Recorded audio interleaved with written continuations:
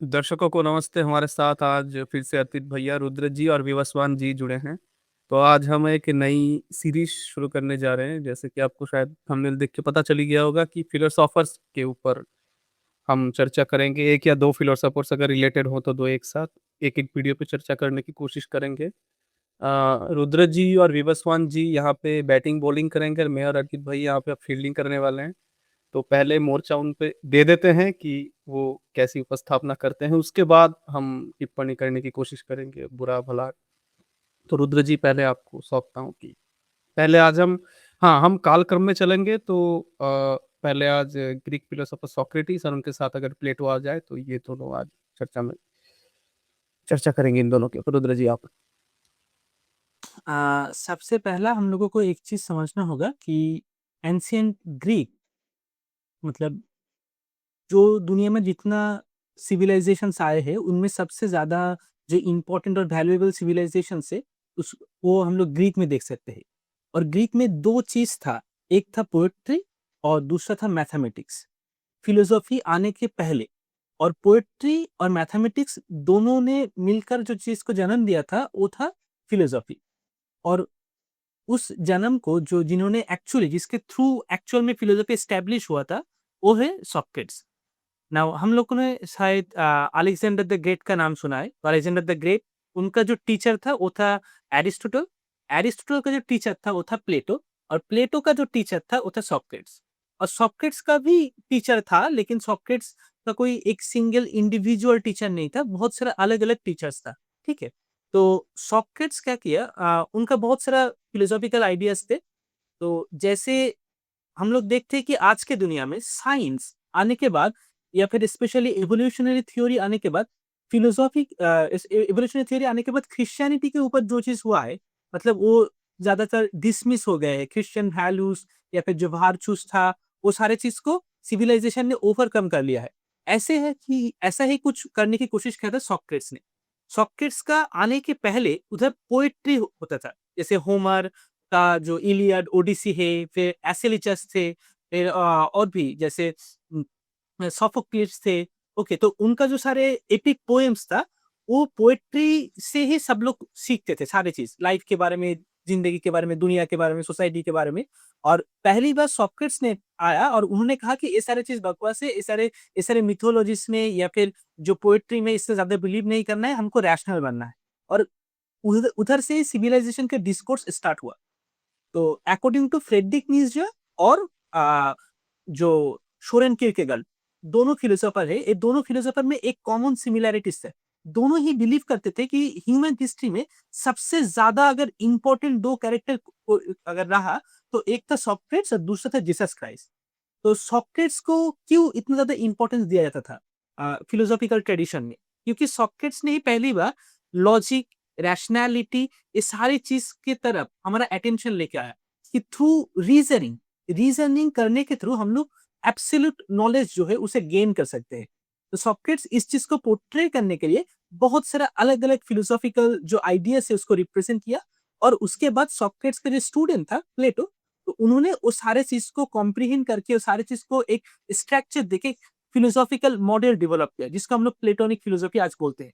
लेकिन प्लेटो का सारा फिलोसॉफी, ऑलमोस्ट ज्यादा से ज्यादा फिलोसॉफी सॉक्रेट्स से इंस्पायर है। सॉक्रेट्स ने खुद कोई बुक नहीं लिखा था, लेकिन वो सिर्फ डायलॉग्स में एंगेज होते थे। तो सॉक्रेट्स जो डायलॉग्स देते थे, क्योंकि सॉक्रेट्स बिलीव करते थे कि हम लोग बुक लिखकर उसका मिस इंटरप्रिटेशन हो सकता है, उसका मतलब बाद में क्या होगा किसी को पता नहीं। तो through listening and through dialogue, conversation के थ्रू, डायलॉग के थ्रू और लिसनिंग के थ्रू हम लोग एक्चुअल फिलोसफी को प्रैक्टिस कर सकते हैं। तो सॉक्रेट्स ने किसी भी चीज को नहीं लिखा था, लेकिन सॉक्रेट्स के बारे में हम लोग जानते हैं सॉक्रेट्स का जो स्टूडेंट प्लेटो, उनका राइटिंग के थ्रू।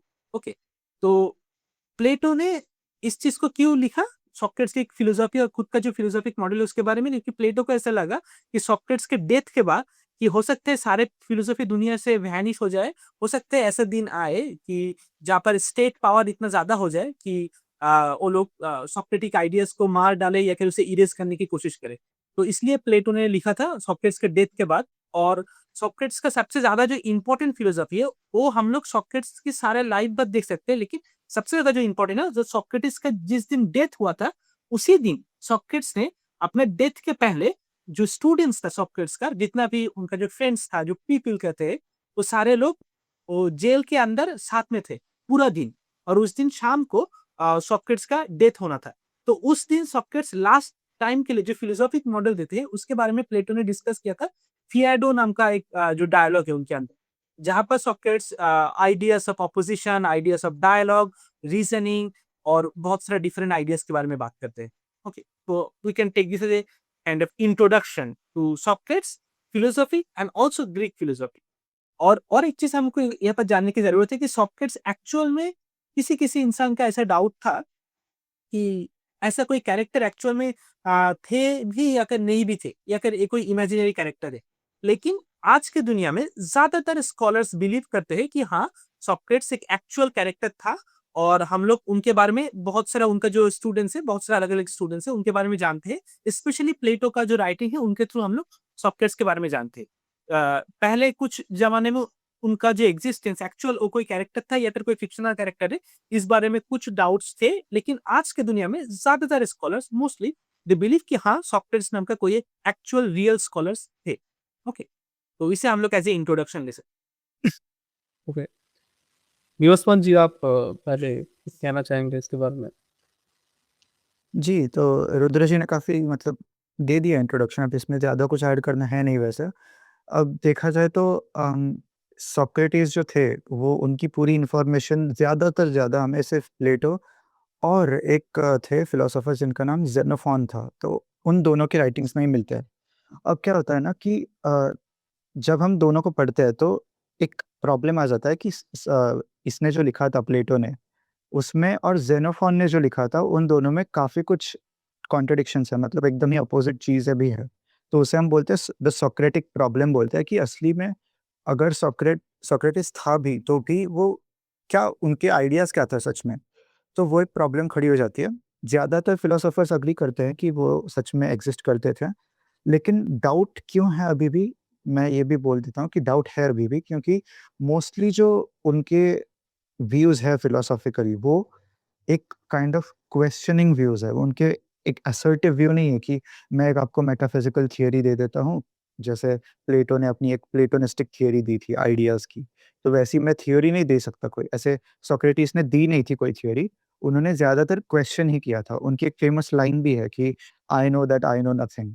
ये उनकी एक लाइन थी, और काफ़ी उन्होंने जो भी रिपब्लिक जो बुक है प्लेटो की, उसमें ज़्यादातर उन्होंने सिर्फ़ क्वेश्चनिंग में ही अपना जो कैरेक्टर है वो प्ले किया है। तो इ इसीलिए क्वेश्चन्स खड़े होते हैं कि क्या ये कैरेक्टर सच में एक्ज़िस्ट करता था, या फिर प्लेटो ने सिर्फ़ एक डायलॉग के कंटिन्यूटी के लिए ही सोक्रेटिस को इंट्रोड्यूस किया था उस बुक में। तो ऐसे भी कुछ क्वेश्चन्स हैं, लेकिन सोक्रेटिस का कैरेक्टर ऐसा था कि उसने सबसे पहले एक ह्यूमन सेंट्रिक, मतलब ह्यूमन की लाइफ के फिलॉसफी को लेकर बहुत ज़्यादा महत्वपूर्णता लोगों के अंदर लाई। जैसे जो क्या बोलते हैं उन्हें, जो हेलेनिस्टिक स्कूल्स है, वो भी उनसे ही आते हैं। प्लेटो से भी आते हैं, लेकिन उनसे भी काफ़ी मेजरली आते हैं। ये भी हो गया। और ये जो सोक्रेटिक प्रॉब्लम है, ये सीरियस इसीलिए है क्योंकि जो भी व्यूज़ प्लेटो ने लिखे थे, उस वो ऑलमोस्ट सारे भी व्यूज़ ज़ेनोफ़ॉन में भी लिखे थे, लेकिन वो काफ़ी सारे अलग ही व्यूज़ थे उनके दोनों बुक्स में। इसलिए दोनों एक प्रॉब्लम बन जाते हैं, या फिर हिस्टोरिसिटी में उतना प्रॉब्लम नहीं है, लेकिन सोक्रेटिस एक कन्वर्सेशनल कैरेक्टर की तरह ही ज़्यादातर रोल प्ले करते हैं दोनों के बुक में। ओके, तो एक-एक करके डिटेल में जाएँगे। अभी मैं आपके पास आऊँगा उससे पहले इतना बता दूँ कि मैंने जितना सोक्रेटिस को जाना था कि एक जो विवस्वान जी ने जो कह दिया था उन्होंने एक वाक्य कहा था कि मैं जानता हूँ कि मैं नहीं जानता, क्या-क्या नहीं जानता इसके बारे में मुझे पता है। और दूसरा कि अगर आपको किसी चीज़ को और परफेक्ट बनाना है तो उसी के ऊपर सवाल कीजिए। जैसे कि आपने कोई कानून बनाया तो इस कानून के कौन से लूप होल्स हो सकते हैं, आप खुद ही सोचिए। फिर एक और डेफिनिशन बनाइए, उसके लूप होल्स खुद समझिए एक और मतलब मुझे जितना मैंने जितना सुना है। अर्पित भाई आप बताइए? हाँ, मैंने भी जो सुना है, यही सुना है कि उनकी जो भी फ़िलॉसफ़ी है, वो कन्वर्सेशन स्टाइल में है और मतलब ऐसा सुना जाता है, अब शायद वो राइटिंग्स में होगा, तभी लोग ऐसा कहते हैं कि वो जाकर कहीं मार्केट में या चौराहे पर कहीं खड़े हो जाते थे और वहाँ खड़े होकर सवाल करते थे लोगों से। उनके साथ में कन्वर्सेशन होती थी। डिबेट्स वगैरह होती थी। तो ये तरीका था उनका फ़िलॉसफ़ी को अप्रोच करने का। और इसी के ज़रिए जो भी उनकी बातें हैं वो पहुँची हैं लोगों तक। जो प्लेटो है, उसने या तो मतलब उसको एज़ अ फ़िक्शन रचा है, या मेबी हो सकता है कोई रियल पर्सनैलिटी भी रहे हों। बट हाँ, ये तो है कि उनकी वज़ह से जो ग्रीक फ़िलॉसफ़ी है उसकी नींव पड़ती है, और पहली बार ऐसा होता है कि रिलीजन से सेपरेट एक फ़िलॉसफ़ी का एक जो स्कूल है उसकी नींव पड़ जाती है, और वो वहाँ से फिर सेपरेट मतलब पढ़ नहीं जाती, बल्कि आगे भी कंटिन्यू होता रहता है वो। वो एक बहुत बड़ी चीज़ है। और सबसे जो बड़ी चीज़ है ना वो ये है कि उनका जो वर्क है वो सर्वाइव कर जाता है। ये मेरे लिए मुझे बहुत बड़ी चीज़ लगती है। और भारत के संदर्भ में जब हम देखते हैं ना, तो यहाँ पर हमें ऐसा होता हुआ नहीं दिखता है। ये बड़े दुःख की बात है कि वहाँ पर जो सेपरेट फ़िलॉसफ़र्स हैं, जो कि रिलीजन से सेपरेट अपनी बात कर रहे हैं, उनका वर्क सर्वाइव कर जाता है, लेकिन इंडिया में सर्वाइव नहीं कर पाता है। और ऐसा नहीं कि इंडिया में नहीं थे फ़िलॉसफ़र्स, इंडिया में भी थे, इंडिया में भी चार्वाका के बारे में हमें पता चलता है, लेकिन उनके कोई हमें बुक्स नहीं मिलती हैं। उनके बारे में जो कुछ भी मिलता है, हमें क्रिटिसिज़्म में मिलता है, जो कि उनका जो खंडन किया है उस तत्काल के उस समय लोगों ने जो ग्रंथों में अपने खंडन किया है उनका, उसके उससे हमें पता चलता है। ये मतलब बड़ा अनफॉर्च्यूनेट है इंडिया के साथ, इंडिया में ऐसा नहीं हो पाया, और जो ग्रीक में ऐसा हुआ, और मतलब बहुत ही एक महान परंपरा है जो कि एक तरह से हमें क्वेश्चन करने को प्रेरित करती है हर चीज़ पर। कोई भी चीज़ जो है क्वेश्चन से परे नहीं हो सकती है, और एक एक क्वेस्ट जो है इंसानी जिज्ञासा जो है, उस जिज्ञासा को हम कैसे आगे बढ़ाएँ और कैसे सवालों के जवाब ढूँढें, ये मेरे ख़्याल से बहुत सीखने वाली चीज़ है ग्रीक फ़िलॉसफ़ी से। जी, जी, अब हम डिटेल में जाएँगे। चलिए रुद्र जी, सोक्रेटिस से हमें कौन-सी फ़िलॉसफ़ी, कौन-सी नीतियाँ, कौन-सी चीज़ें मिलती हैं एक-एक करके उनसे अभी ओसमान जी से हम पूछें। आप बताइए मतलब रुद्र जी, एक पहले आप बताइए। ओके सो सॉकेट से बहुत सारी चीज़ जानने को हो, लेकिन सबसे जो इम्पोर्टेंट चीज़ वो विवेकानंद जी ने पहले ही कह दिया कि I know that I know nothing. मतलब ये सोक्रेटिस का एक क्लासिक डायलॉग है, मतलब बहुत ही प्रोफाउंड एक आइडिया है।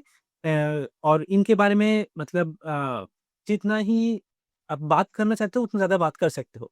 इस स्टेटमेंट का हम लोग 2 मतलब या फिर 2 तरीके से इसको इंटरप्रेट कर सकते हैं। एक है कि I know that I know nothing, मतलब जो ना मतलब अ, मुझे ये चीज़ पता है कि मैं कुछ नहीं जानता हूँ, ऐसे। और दूसरा मतलब हो सकता है कि मुझे पता है कि आई नो नथिंग, मतलब जो नथिंग है वो कुछ नहीं है, उस चीज़ के बारे में मुझे नॉलेज है। हुँ, हुँ। नथिंगनेस के बारे में मुझे नॉलेज है। ऐसे भी हम लोग इसे इंटरप्रेट कर सकते हैं, और ऐसे भी कर सकते हैं कि आई डोंट नो एनीथिंग, इस टाइप से भी। लेकिन इससे ज़्यादा जो चीज़ इम्पोर्टेंट है, मुझे लगता है कि अगर आज के दुनिया में कोई भी फिलोसोफर की सबसे ज़्यादा ज़रूरत है, तो वो है मतलब सोक्रेटिक प्लेटोनिक फिलोसोफर आज के दुनिया में। क्यों मैं ये चीज़ बोल रहा हूँ? मतलब ऑफ कोर्स मुझे अगर सबसे ज़्यादा कोई 3 फिलोसोफर की ज़रूरत है आज की दुनिया में, तो वो है सबसे पहले हेगेल, फिर मार्क्स और उसके बाद प्लेटो। लेकिन प्लेटो मतलब ही सोक्रेट्स हम लोग कह सकते हैं, क्योंकि ज़्यादातर सोक्रेट्स के बारे में हम लोग प्लेटो से ही पता चलते हैं। तो डिफरेंशिएट करना कि कौन-सा आइडियाज़ एक्चुअल में प्लेटोनिक है और कौन-सा सोक्रेटिक है, ये बहुत ही डिफ़िकल्ट है। तो जो आइडियाज़ के बारे में मैं अभी बात करूँगा, तो उसमें कुछ-कुछ प्लेटोनिक ज़्यादा रह सकते हैं या फिर कुछ-कुछ सोक्रेटिक रह सकते हैं, लेकिन ज़्यादातर सेम लिनिएज में ही रहेगा।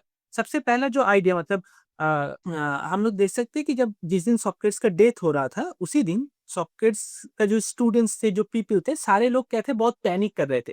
वो लोग सोच रहे थे कि मतलब ऐसा क्यों हो रहा है? और डेथ के बारे में बहुत अफ्रेड थे। तो लेकिन सॉकेट्स जैसे पूरा ज़िंदगी उन्होंने बिताया था, बहुत ही काम, बहुत ही रिस्पेक्टफुल और अफ्रेड ऑफ नथिंग, मतलब कोई भी चीज़ से डर नहीं और उस टाइम पर भी वो क्वेश्चनिंग कर रहे थे, तो ऐसे ही थे। जिस दिन उनका डेथ हो रहा था, उसी दिन भी वो ऐसे ही थे।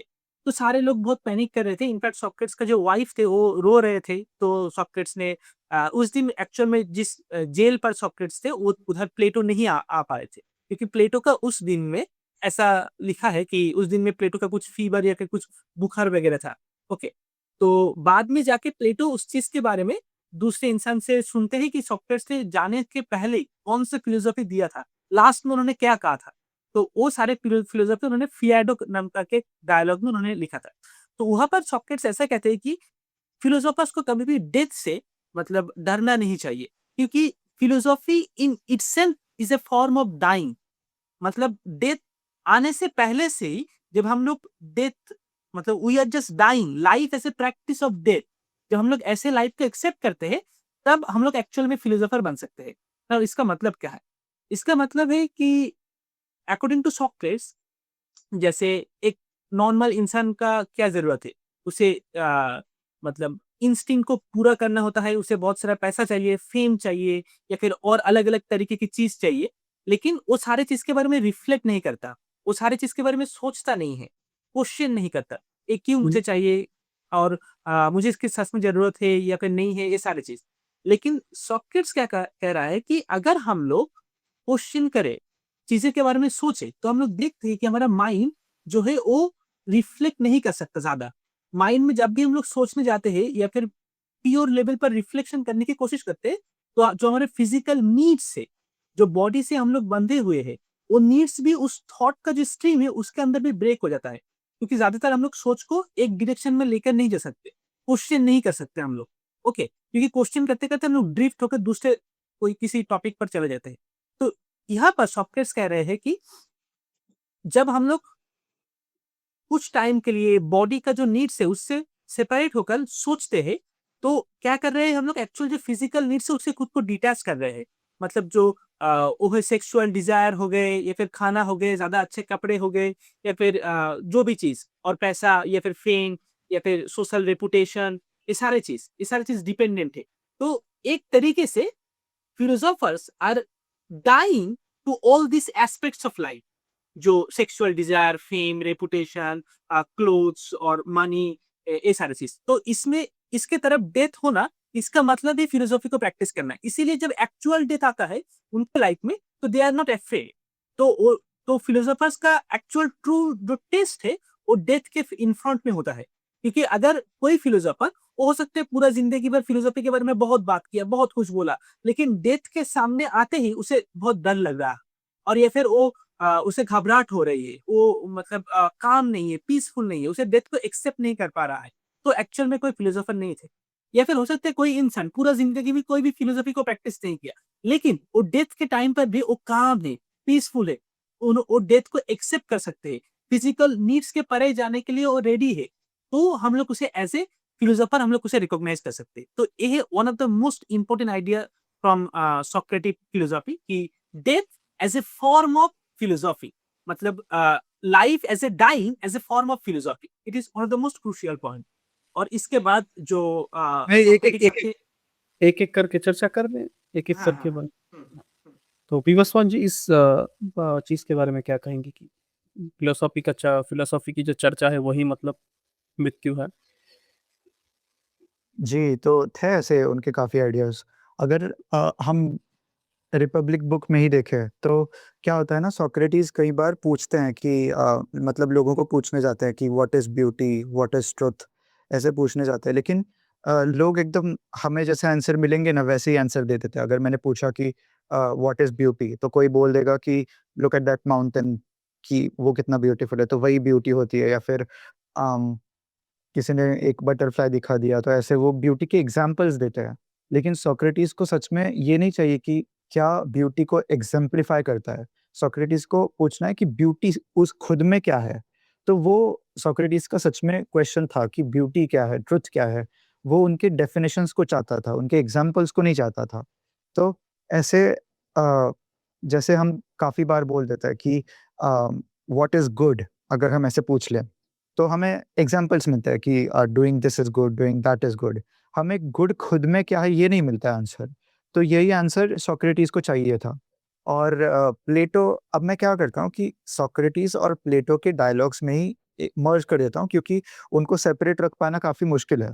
तो अगर हम देखें कि ये जो थी आइडिया सोक्रेटिस की ब्यूटी क्या है वगैरह, तो उसका काफ़ी एक मतलब इन डेप्थ आंसर हमें प्लेटो के राइटिंग्स में मिलता है। तो प्लेटो क्या कहता है कि ब्यूटी या गुडनेस या आइडियाज़, ये सब जो है, ये एक तीसरे रेल्म, मतलब दूसरे रेल्म में है, जो कि सच में एग्ज़िस्ट करता है।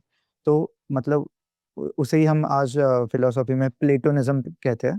मतलब क्या होता है कि आइडियाज़ और ब्यूटी को हम एक्सेस करते हैं, किसी एक बाहर की रेल्म है जिसमें वो आइडियाज़ है, वो जिसमें वो सब अनचेंजिंग ट्रुथ्स है, और उस उनको ही एक्सेस करके हम लोग ये सब चीज़ों को, वो कैरेक्टर्स एट्रिब्यूट कर पाते हैं।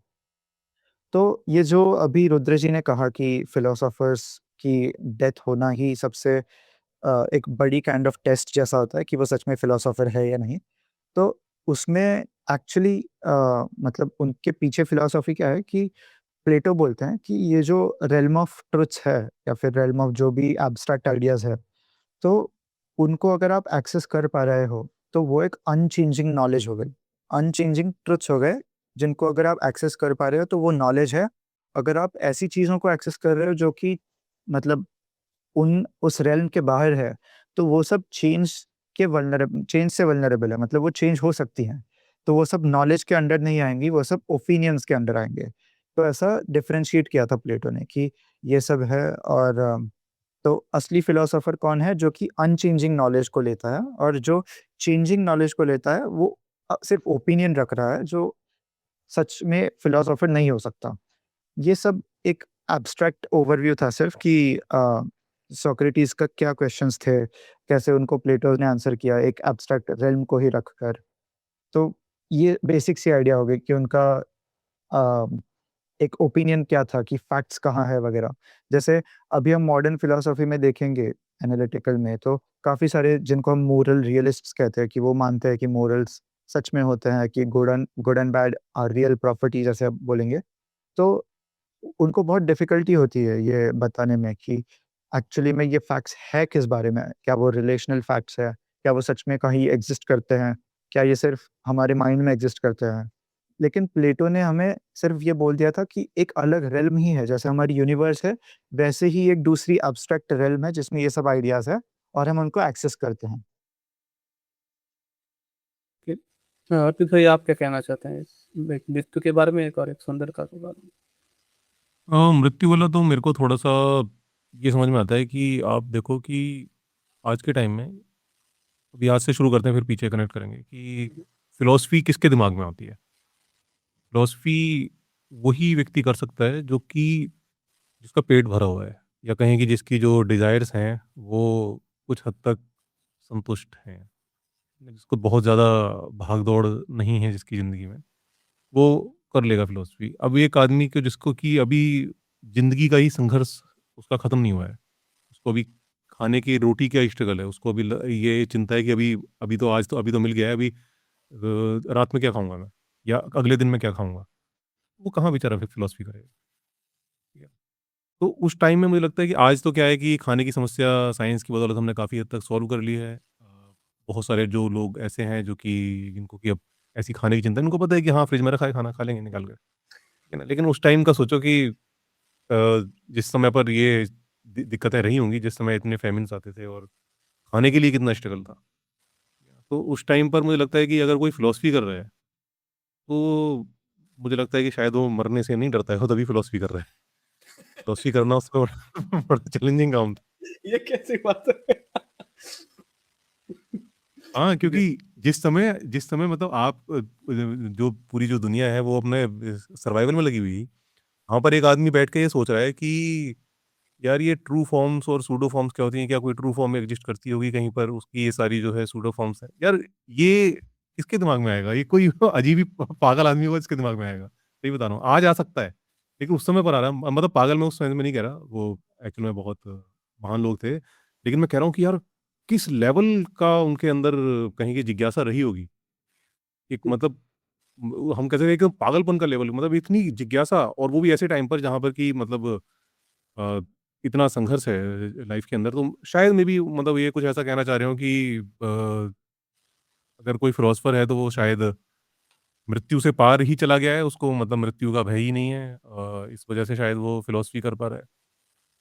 और जहाँ तक वो है ट्रू फॉर्म और सूडो फॉर्म वाली जो बात है, जो प्लेटोनिक और सोक्रेटिक दोनों फिलॉसफी में आती है।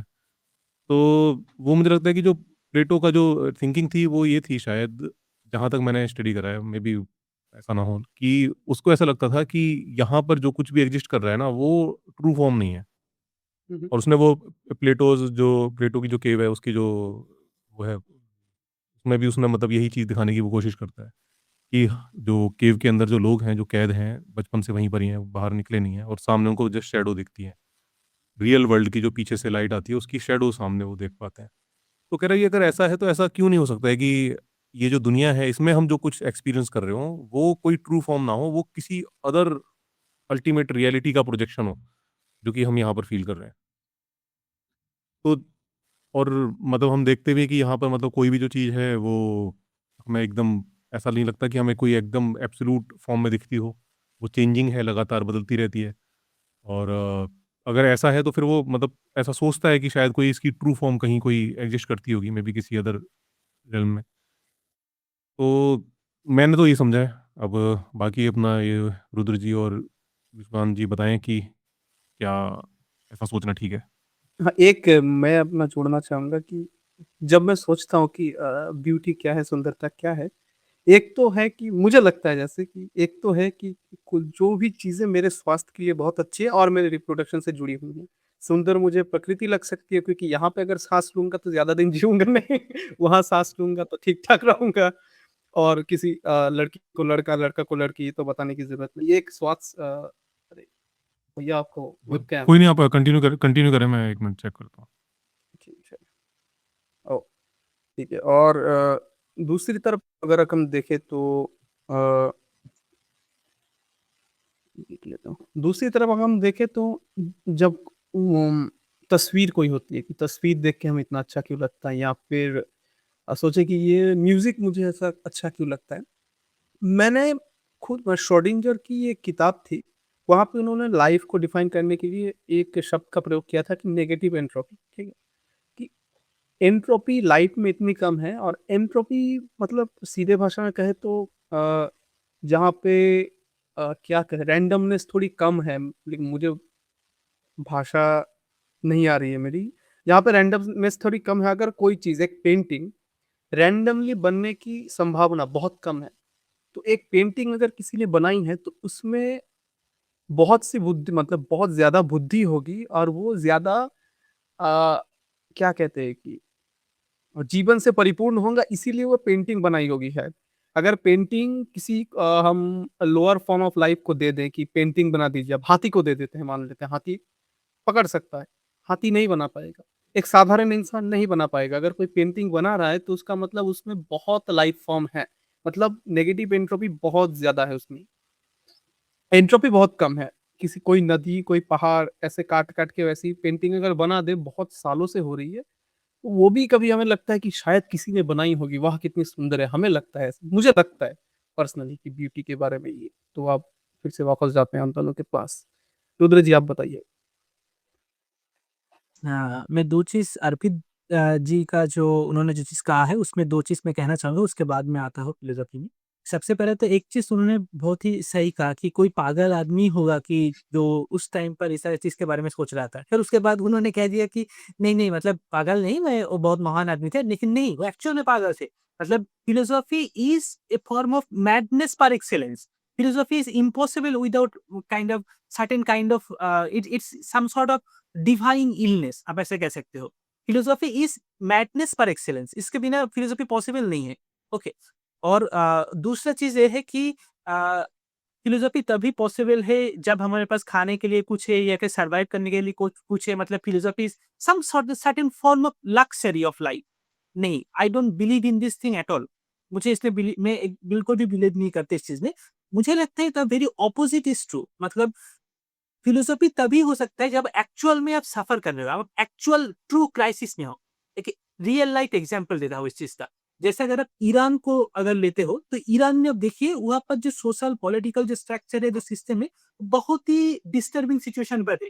ठीक है? लेकिन 2-3 साल में मतलब या फिर हर साल ही कह सकते हैं, सबसे ज़्यादा अच्छा जो मूवीज़ है, जो क्रिएटिव सिनेमास है, वो ईरान से आता है। साजिद माजिदी हो गए, फिर अब्बास कियारोस्तमी हो गए, जितने भी अच्छे-अच्छे डायरेक्टर है, Iranian movies are the best form of movies लेकिन ईरान में there are situations are not good. तो जो ट्रू क्रिएटिविटी होता है, वो तब नहीं आता जब आपका लाइफ में सब कुछ परफेक्ट हो, जब सही से चल रहा है, आपके पास बैंक बैलेंस हो, आपका रिलेशनशिप अच्छा है, हेल्थ सिस्टम अच्छा है, नहीं। ट्रू फिलोसॉफिकल आइडियाज़ तभी आता है जब आपके लाइफ में ट्रू क्राइसिस हो। True knowledge appears from the crisis, not from certain kind of stability, certain kind of मतलब जो लाइफ का जो स्टेबल सिनेरियो से नहीं। तो अगर आपके लाइफ में पैसा नहीं है, अगर आपके लाइफ में जिसके पास खाना नहीं है, फ्रिज में कुछ नहीं है, खाने के लिए कुछ नहीं है, इलेक्ट्रिसिटी नहीं है, तो वो क्या सोचेगा कि फिलोसॉफी क्या है, मेरे पास पैसा क्यों नहीं है? तो ये सोचने के थ्रू ही हम लोग फिलोसॉफी में एक्चुअली एंटर कर सकते हैं। This is a gateway to philosophy. अगर एक बार आपने पैसा अर्न कर लिया या फिर सब कुछ अचीव कर लिया, तो आप फिलोसोफर नहीं बन पाते, ज़्यादातर चांस नहीं है उसका उसके लिए, ठीक है? इसका मतलब ऐसा मैं नहीं बोल रहा हूँ कि जिसके पास पैसे नहीं है वो पैसा अर्न मत करो या फिर सिर्फ फिलोसॉफी करो, नहीं। Obviously I am not saying that thing practically, but I think this moment of crisis that opens the door for philosophy, not the moment when you are stable, not the moment when you are a little bit satisfied or you are above the survival level. Okay, अभी विवेकानंद जी का जो point उन्होंने थोड़ी देर पहले cover किया है, वो उस चीज को और थोड़ा क्लैरिफाई करने के लिए मैं सॉक्रेट्स का और एक दूसरा आइडिया के बारे में बात करना चाहूंगा। वो है ऑपोजिशन, एक्ट ऑपोजिशन और रिकलेक्शन। उसके बाद हम लोग जान पाएंगे कि एक्चुअल ट्रू ब्यूटी या फिर ट्रू नॉलेज या फिर जो आइडियाज या फिर जो फॉर्म्स है वो क्या होता है।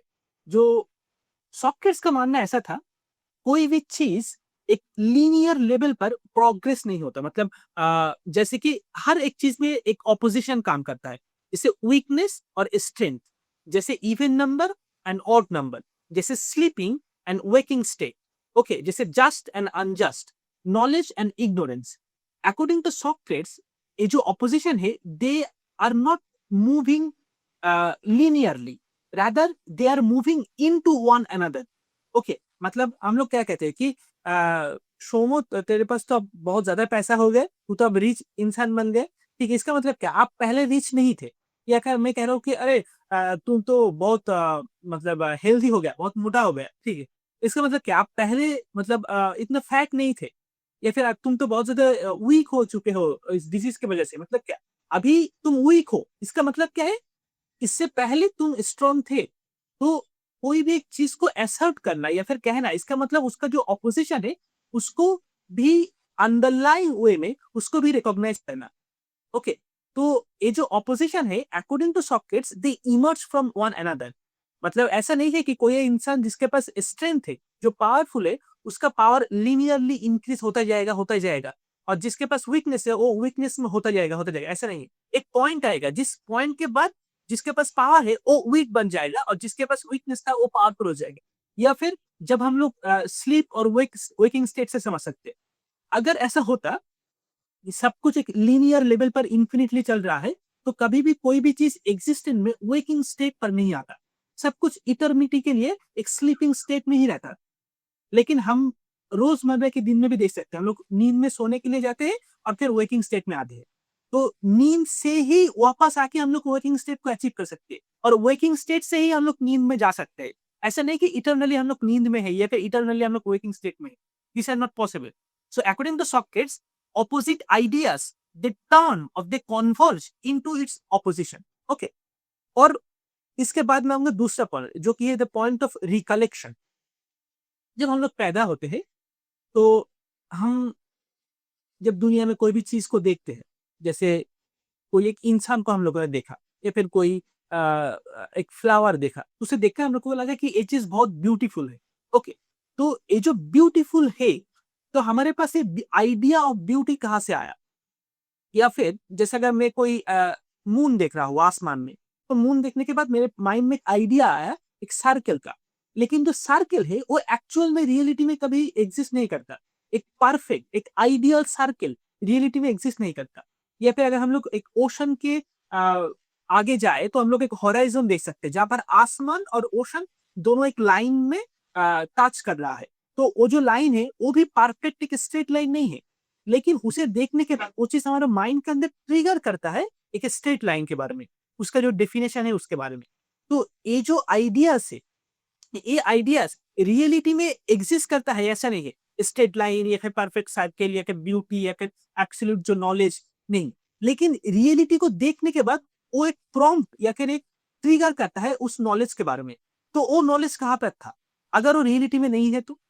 मतलब मैं किसी जगह पे जा रहा हूँ, तो क्या होता है कि मैंने शोमो जी के साथ मेरा मुलाकात हुआ कोई एक ट्रेन स्टेशन में, तो उसके बाद क्या, मैं शोमो जी को हाय बोला, हेलो बोला, उसके बाद क्या होगा, सिर्फ शोमो जी को मैं रिकॉग्नाइज करूंगा ऐसा नहीं है, उनको सिर्फ पैसा दूंगा ऐसा नहीं है, लेकिन उनके साथ जो जो मेमोरीज है उसके बारे में भी मुझे याद आ जाएगा। मुझे याद आएगा कि वो हम दोनों तो साथ में यूट्यूब पर वीडियोज़ बनाते थे या फिर साथ में खाना खाने के लिए गए थे और तो खाना खाने के बारे में याद आ गया, जो कि अलग चीज़ है, जो सोमू नहीं है। तो जब सोमू को मैं रिकॉग्नाइज़ कर रहा हूँ, तो सिर्फ़ सोमू के बारे में रिकॉग्नाइज़ कर रहा हूँ ऐसा नहीं है। उसके पैरेलल है, उसके साथ मैं कोई दूसरा चीज़ के बारे में भी रिकॉग्नाइज़ कर रहा हूँ, जो उसके साथ एसोसिएटेड है, कनेक्टेड है। तो ऐसे ही जब हम लोग दुनिया में देखते हैं कोई एक स्ट्रेट लाइन या फिर कोई एक ब्यूटीफुल चीज़ या फिर कोई एक नॉलेजेबल चीज़ के बारे में, कोई एक सर्कल के बारे में, तो हमारे पास रियलिटी में उसका सिर्फ़ हम लोग उसका एक चीज़ देखने के बाद सिर्फ़ उसी चीज़ को रिकॉग्नाइज़ करते हैं ऐसा नहीं है, बल्कि उसके साथ-साथ कोई एक दूसरा चीज़ भी याद आता है। वो चीज़ कहाँ से याद आ रहा है? वो जो परफेक्ट स्ट्रेट लाइन वो तो रियलिटी में नहीं है। परफेक्ट जो सर्कल वो तो रियलिटी में नहीं है। तो कहाँ से याद आ रहा है? ये जो प्रोसेस है, इसी को सॉफ्टवेयर्स कह रहा है द प्रोसेस ऑफ रिकलेक्शन। मतलब gaining knowledge does not mean achieving something new, but rather it means recollecting which was always already there within us. जो हमारे साथ ऑलरेडी ऑलवेज़ था। तो जो नॉलेज हमारे पास था, अगर हम लोग उसे रिकलेक्ट कर रहे हैं, इसका मतलब क्या है? रिकलेक्शन कहाँ से हो रहा है? एक दूसरा स्टेट ऑफ रियलिटी से हो रहा है। और वो जो state of reality that is the reality of ideas या फिर रियलिटी ऑफ फॉर्म्स हम लोग कह सकते हैं इन प्लेटोनिक टर्म्स, जिसके बारे में विभूषण जी ने थोड़ी देर पहले बात किया है, जो ब्यूटी इन इटसेल्फ और ट्रुथ इन इटसेल्फ और logic in end of itself. Okay.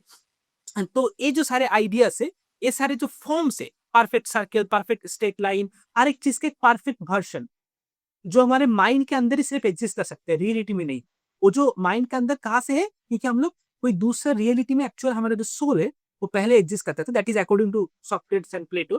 तो वहाँ पर हमारे पास एक्चुअल परफेक्ट हमारा सोल परफेक्ट रियलिटी में था, एक मेटाफिज़िकल रियलिटी में था और वहाँ पर परफेक्ट सर्कल, परफेक्ट जो स्ट्रेट लाइन, ये सारे perfect beauty, ideal beauty in itself, truth in itself, knowledge in itself, सारी चीज़ था और सोल भी वहाँ पर था। फिर जब सोल का डिसेंडेंट हुआ, इस दुनिया में जब आया, तो सारी चीज़ भूल गया। और जब वो ब्यूटी, नॉलेज, ट्रूथ ये सारी चीज़ का रिफ्लेक्शन दुनिया में देख रहा है, तो उसे उस आइडियल के बारे में याद आ रहा है।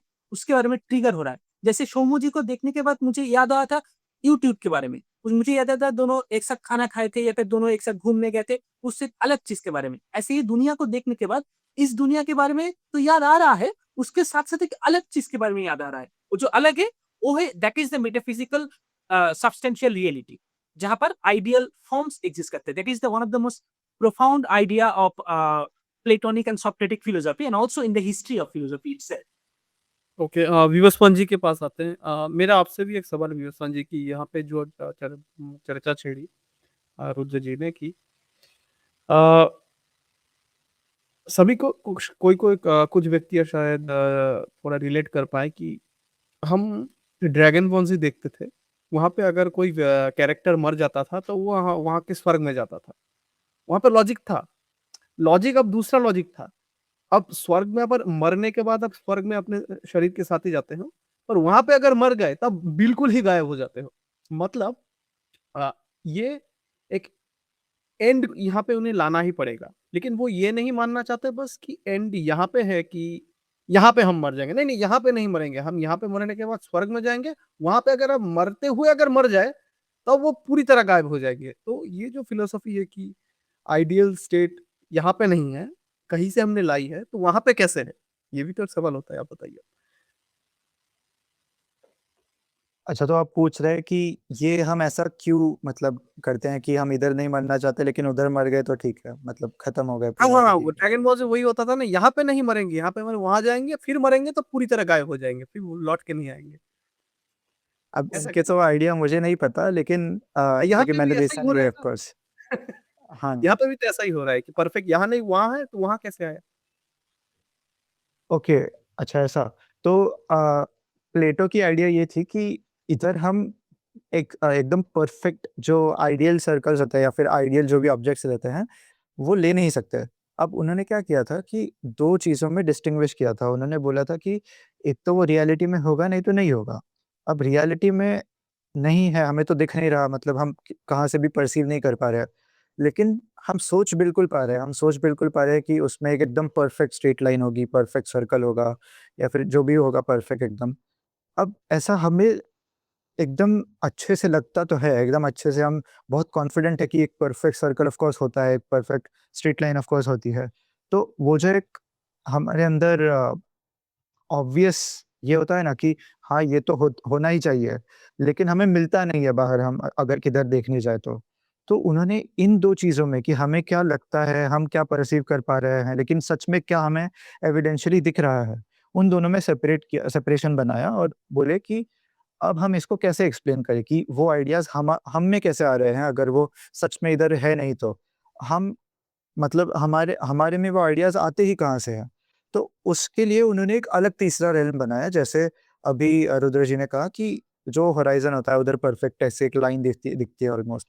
तो वो जो होता है वो हमें ऑलमोस्ट ऐसा पर्सीव होता है कि वो है, लेकिन वो उधर नहीं है। तो वो जो पर्सीव होने की जो मतलब हमारे अंदर जो आइडिया आती है, वो आती कहाँ से है? वो जो परफेक्शन की आइडिया है। तो उन्होंने उसको एक्सप्लेन करने के लिए सिर्फ़ एक रेल्म बताई थी आगे की, जो होनी ही चाहिए, नहीं तो हमें ये आइडियाज़ कैसे आ रही है, ये एक क्वेश्चन बन के रह जाएगा। ओके, भैया आप सुन रहे थे? हाँ, अभी लास्ट में थोड़ा-सा सुना था मैंने, शुरू में तो थोड़ा-सा नहीं सुन पाया। उसमें मेरे को ये कहना है कि इसको मेरे ख्याल से ऐसा भी तो कह सकते हैं कि मतलब जैसे हम फ़िलॉसफ़ी में भी और साइंस में भी हम ऐसा करते हैं कि हम जो कॉन्सेप्ट्स होते हैं वो परफ़ेक्ट ही होते हैं। ठीक है ना? अब जैसे मान लीजिए कि साइंस में हम कहते हैं कि मतलब जैसे मैं अगर किसी चीज़ का जो किसी चीज़ की जो स्पीड मैं कैलकुलेट कर रहा हूँ, ठीक है ना? तो मैं ये मान कर ही कर रहा हूँ ना कि अर्थ के रिस्पेक्टिव की अर्थ जो है वो मूव नहीं कर रही है और उसको मानकर ही मैं उसको कैलकुलेट कर रहा हूँ। बट एक्चुअल में अगर देखा जाए तो यहाँ तो अर्थ भी जो है रोटेट भी कर रही है, फिर साथ में वो सन के अराउंड गो अराउंड भी हो रही है और सन भी कहीं मूव हो रहा है। तो वो सारी चीज़ें हम उसमें नहीं करते हैं। तो हम एक आइडियल सिचुएशन इमेजिन कर लेते हैं कि ये आइडियल है और इसी तरह जो मैथ के अंदर जो वो होते हैं एक्सियोम्स होते हैं, वो एक हम आइडियल सिचुएशन मान लेते हैं एंड देन उसके बाद हम आगे चीज़ें प्रोसीड करते हैं। मेबी मतलब फ़िलॉसफ़ी में मतलब एक हो सकता है कि एक एक एक स्टेपिंग स्टोन हो कि जो कॉन्सेप्ट्स हैं हम परफेक्ट कॉन्सेप्ट सोच सकते हैं और वो मेबी मतलब वैसे रियल वर्ल्ड में एग्ज़िस्ट ना करते हों बट कहीं इमेजिनेशन में तो एग्ज़िस्ट कर ही सकते हैं और वो वहाँ से हम शायद कुछ सही चीज़ निकाल कर ला सकते हैं। एक चीज़ देखिएगा कि जैसे कुछ दिनों पहले फिज़िक्स का एक वीडियो देख रहा था मैं वहाँ पे अ, वो बता रहे थे कि कोई चीज़ लाइट की स्पीड क्यों नहीं अचीव कर सकती, ठीक है? तो वहाँ पे वो वीडियो तो अलग चली गई लेकिन एक वाक्य बोला था उन्होंने वहाँ पे कि अच्छा तो किसी चीज़ को पावर देना पड़ता है उसे उसकी स्पीड बढ़ाने के लिए, ठीक है? तो किसी चीज़ को लाइट की स्पीड तक ले जाने के लिए कितने समय तक कितना पावर देना पड़ेगा? कह रहे थे कि इनफ़ाइनाइट समय तक। अब ये चीज़ मतलब उत्तर होना चाहिए था कि नहीं कर सकते, लेकिन उत्तर बना दिया उन्होंने कि कितने समय तक करना पड़ेगा? इनफ़ाइनाइट समय तक करना पड़ेगा। तो मुझे ऐसा लग रहा है इस बात मतलब बात का जवाब होता है कि नहीं है, लेकिन घुमा के बोल रहे हैं कि हाँ, यहाँ नहीं है, वहाँ है। मतलब यहाँ नहीं है, सीधी बात। ये तो फिज़िक्स में तो हमेशा ही ऐसा होता है। फिज़िक्स में जो ज़्यादातर जो आंसर्स होते हैं ना, वो कभी भी ऐसा नहीं होता, कोई भी साइंटिस्ट ये नहीं कहता कि नहीं, ये नहीं होगा। वो कहेगा इसके होने की प्रोबेबिलिटी बहुत कम है। अरे बड़े वाह, वाह! ठीक है ना? क्योंकि हमें नहीं पता होता कि जितना अभी तक हमें पता है, हम उस नॉलेज के आधार पर हम चीज़ों को स्पेकुलेट कर रहे हैं और या मतलब कहें कि निष्कर्ष निकाल रहे हैं। क्या पता कल को कुछ ऐसी एनोमली आ जाए हमारे सामने या फिर मतलब जैसे वो लाइट वाला जो केस था, तो उसमें मतलब सही तरीका तो यही है उसको कहने का कि इनफ़ाइनाइट टाइम लगेगा और इनफ़ाइनाइट एनर्जी लगेगी। इसका मतलब नहीं है ये सही आंसर। हाँ, इसका मतलब नहीं है, क्योंकि जैसे हम मैथ्स में ये करते हैं कि 1/0 कर दिया, फिर 4/0 कर दिया, तो उसमें लोग इन्फिनिटी लिख देते हैं, लेकिन वो एक्चुअली में इन्फिनिटी नहीं होता, वो एक्चुअली में अनडिफाइंड होता है। अनडिफाइंड तो होता है। अनडिफाइंड को रिप्रेज़ेंट करने का सिर्फ़ एक तरीका है इन्फिनिटी, क्योंकि अगर आप इन्फिनिटी फेस वैल्यू पे लोगे कि 1/0 इज़ इक्वल टू इन्फिनिटी ले लोगे, तो बाद में हम उसके बाद में बहुत कॉन्ट्रडिक्शंस ले आ सकते हैं। जैसे हम उसमें अगर आगे जाएँगे, तो हम ये भी बोल सकते हैं 1 इक्वल्स 2 या फिर 3 इक्वल्स 4 या कोई भी नंबर ऐसा ले सकते हैं, अगर आपने उसको इन्फिनिटी ही बोल दिया। तो अगर अच्छे से जाना है तो उसको अनडिफाइंड बोलना पड़ेगा, ऐसे होता है वो। हुँ, हुँ। चलिए इस बात पे तो एक कंक्लूज़न पे आए। उसके बाद सोक्रेटिस ने क्या कहा था? इस बार विवस्वान जी आप शुरू करना चाहेंगे? बल हाँ, कंसेप्ट करें सोक्रेटिस का जी, बताइए। तो जैसे सोक्रेटिस की जो आइडिया थी, अब हम सोल पे आते हैं, सोल से शुरू करते हैं कि सोल पे आइडियाज़ क्या थी उनकी। तो सोक्रेटिस इसमें भी बहुत ज़्यादा एग्नोस्टिक ही रहते थे। मतलब उन्होंने क्या बोला था कि मतलब वो सिर्फ़ फेस वैल्यू पे लेते थे, व्हाट इट इज़। इसमें ही सिर्फ़ वो मतलब खुश रह सकते थे।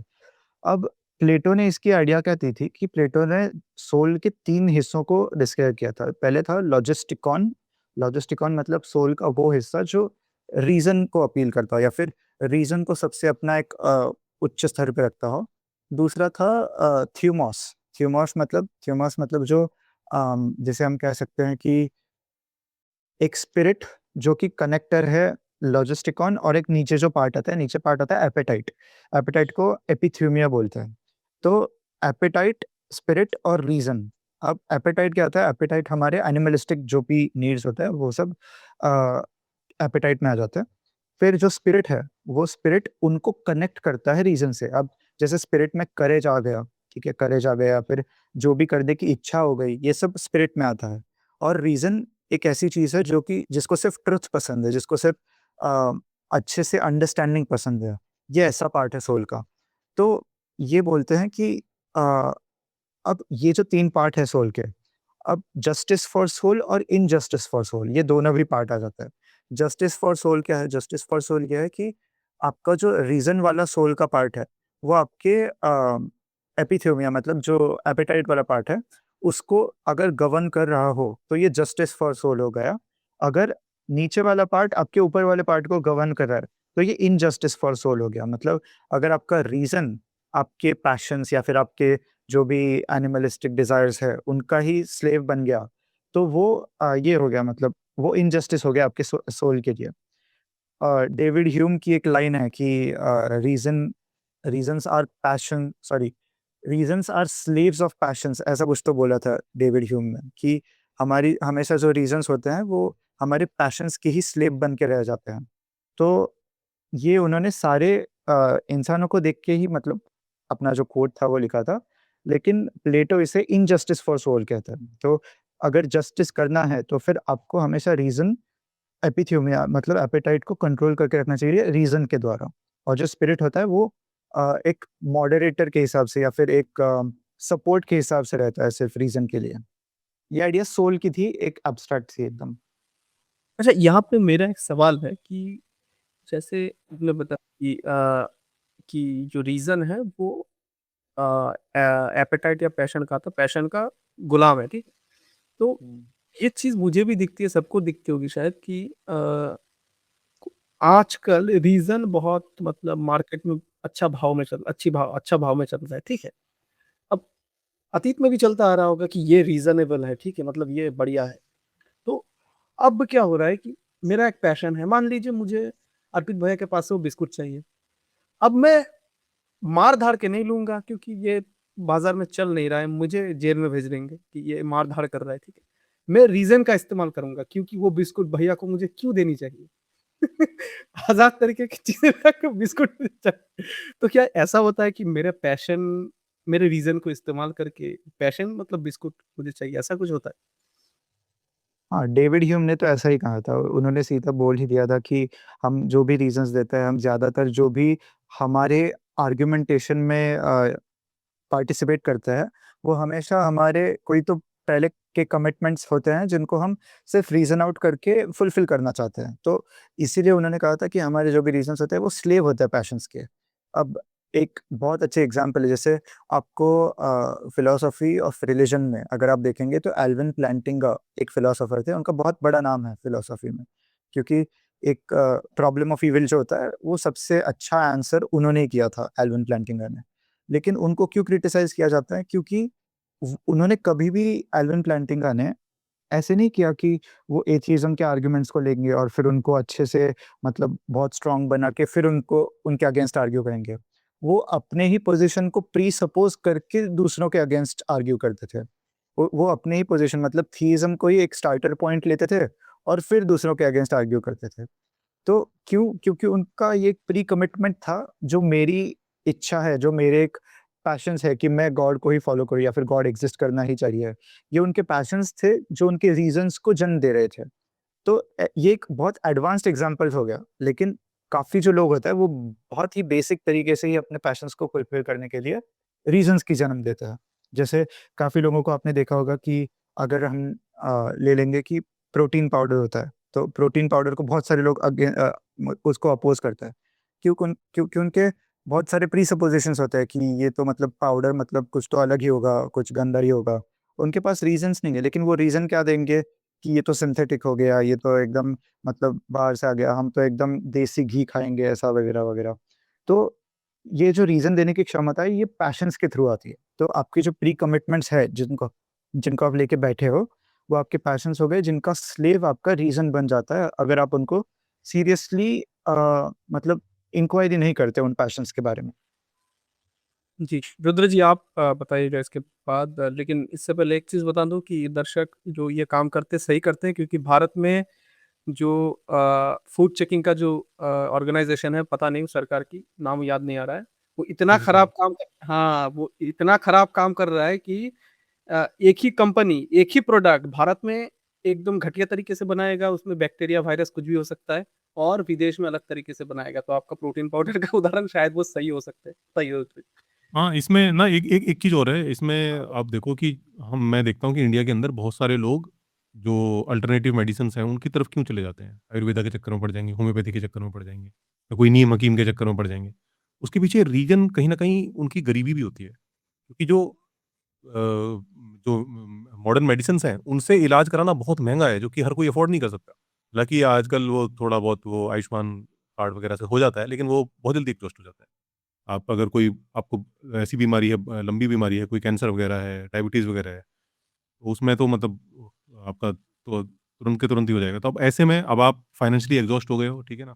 अब आपके पास कुछ बचा नहीं है हेल्प के लिए, जो भी पैसा अब आपकी जेब से लगना है।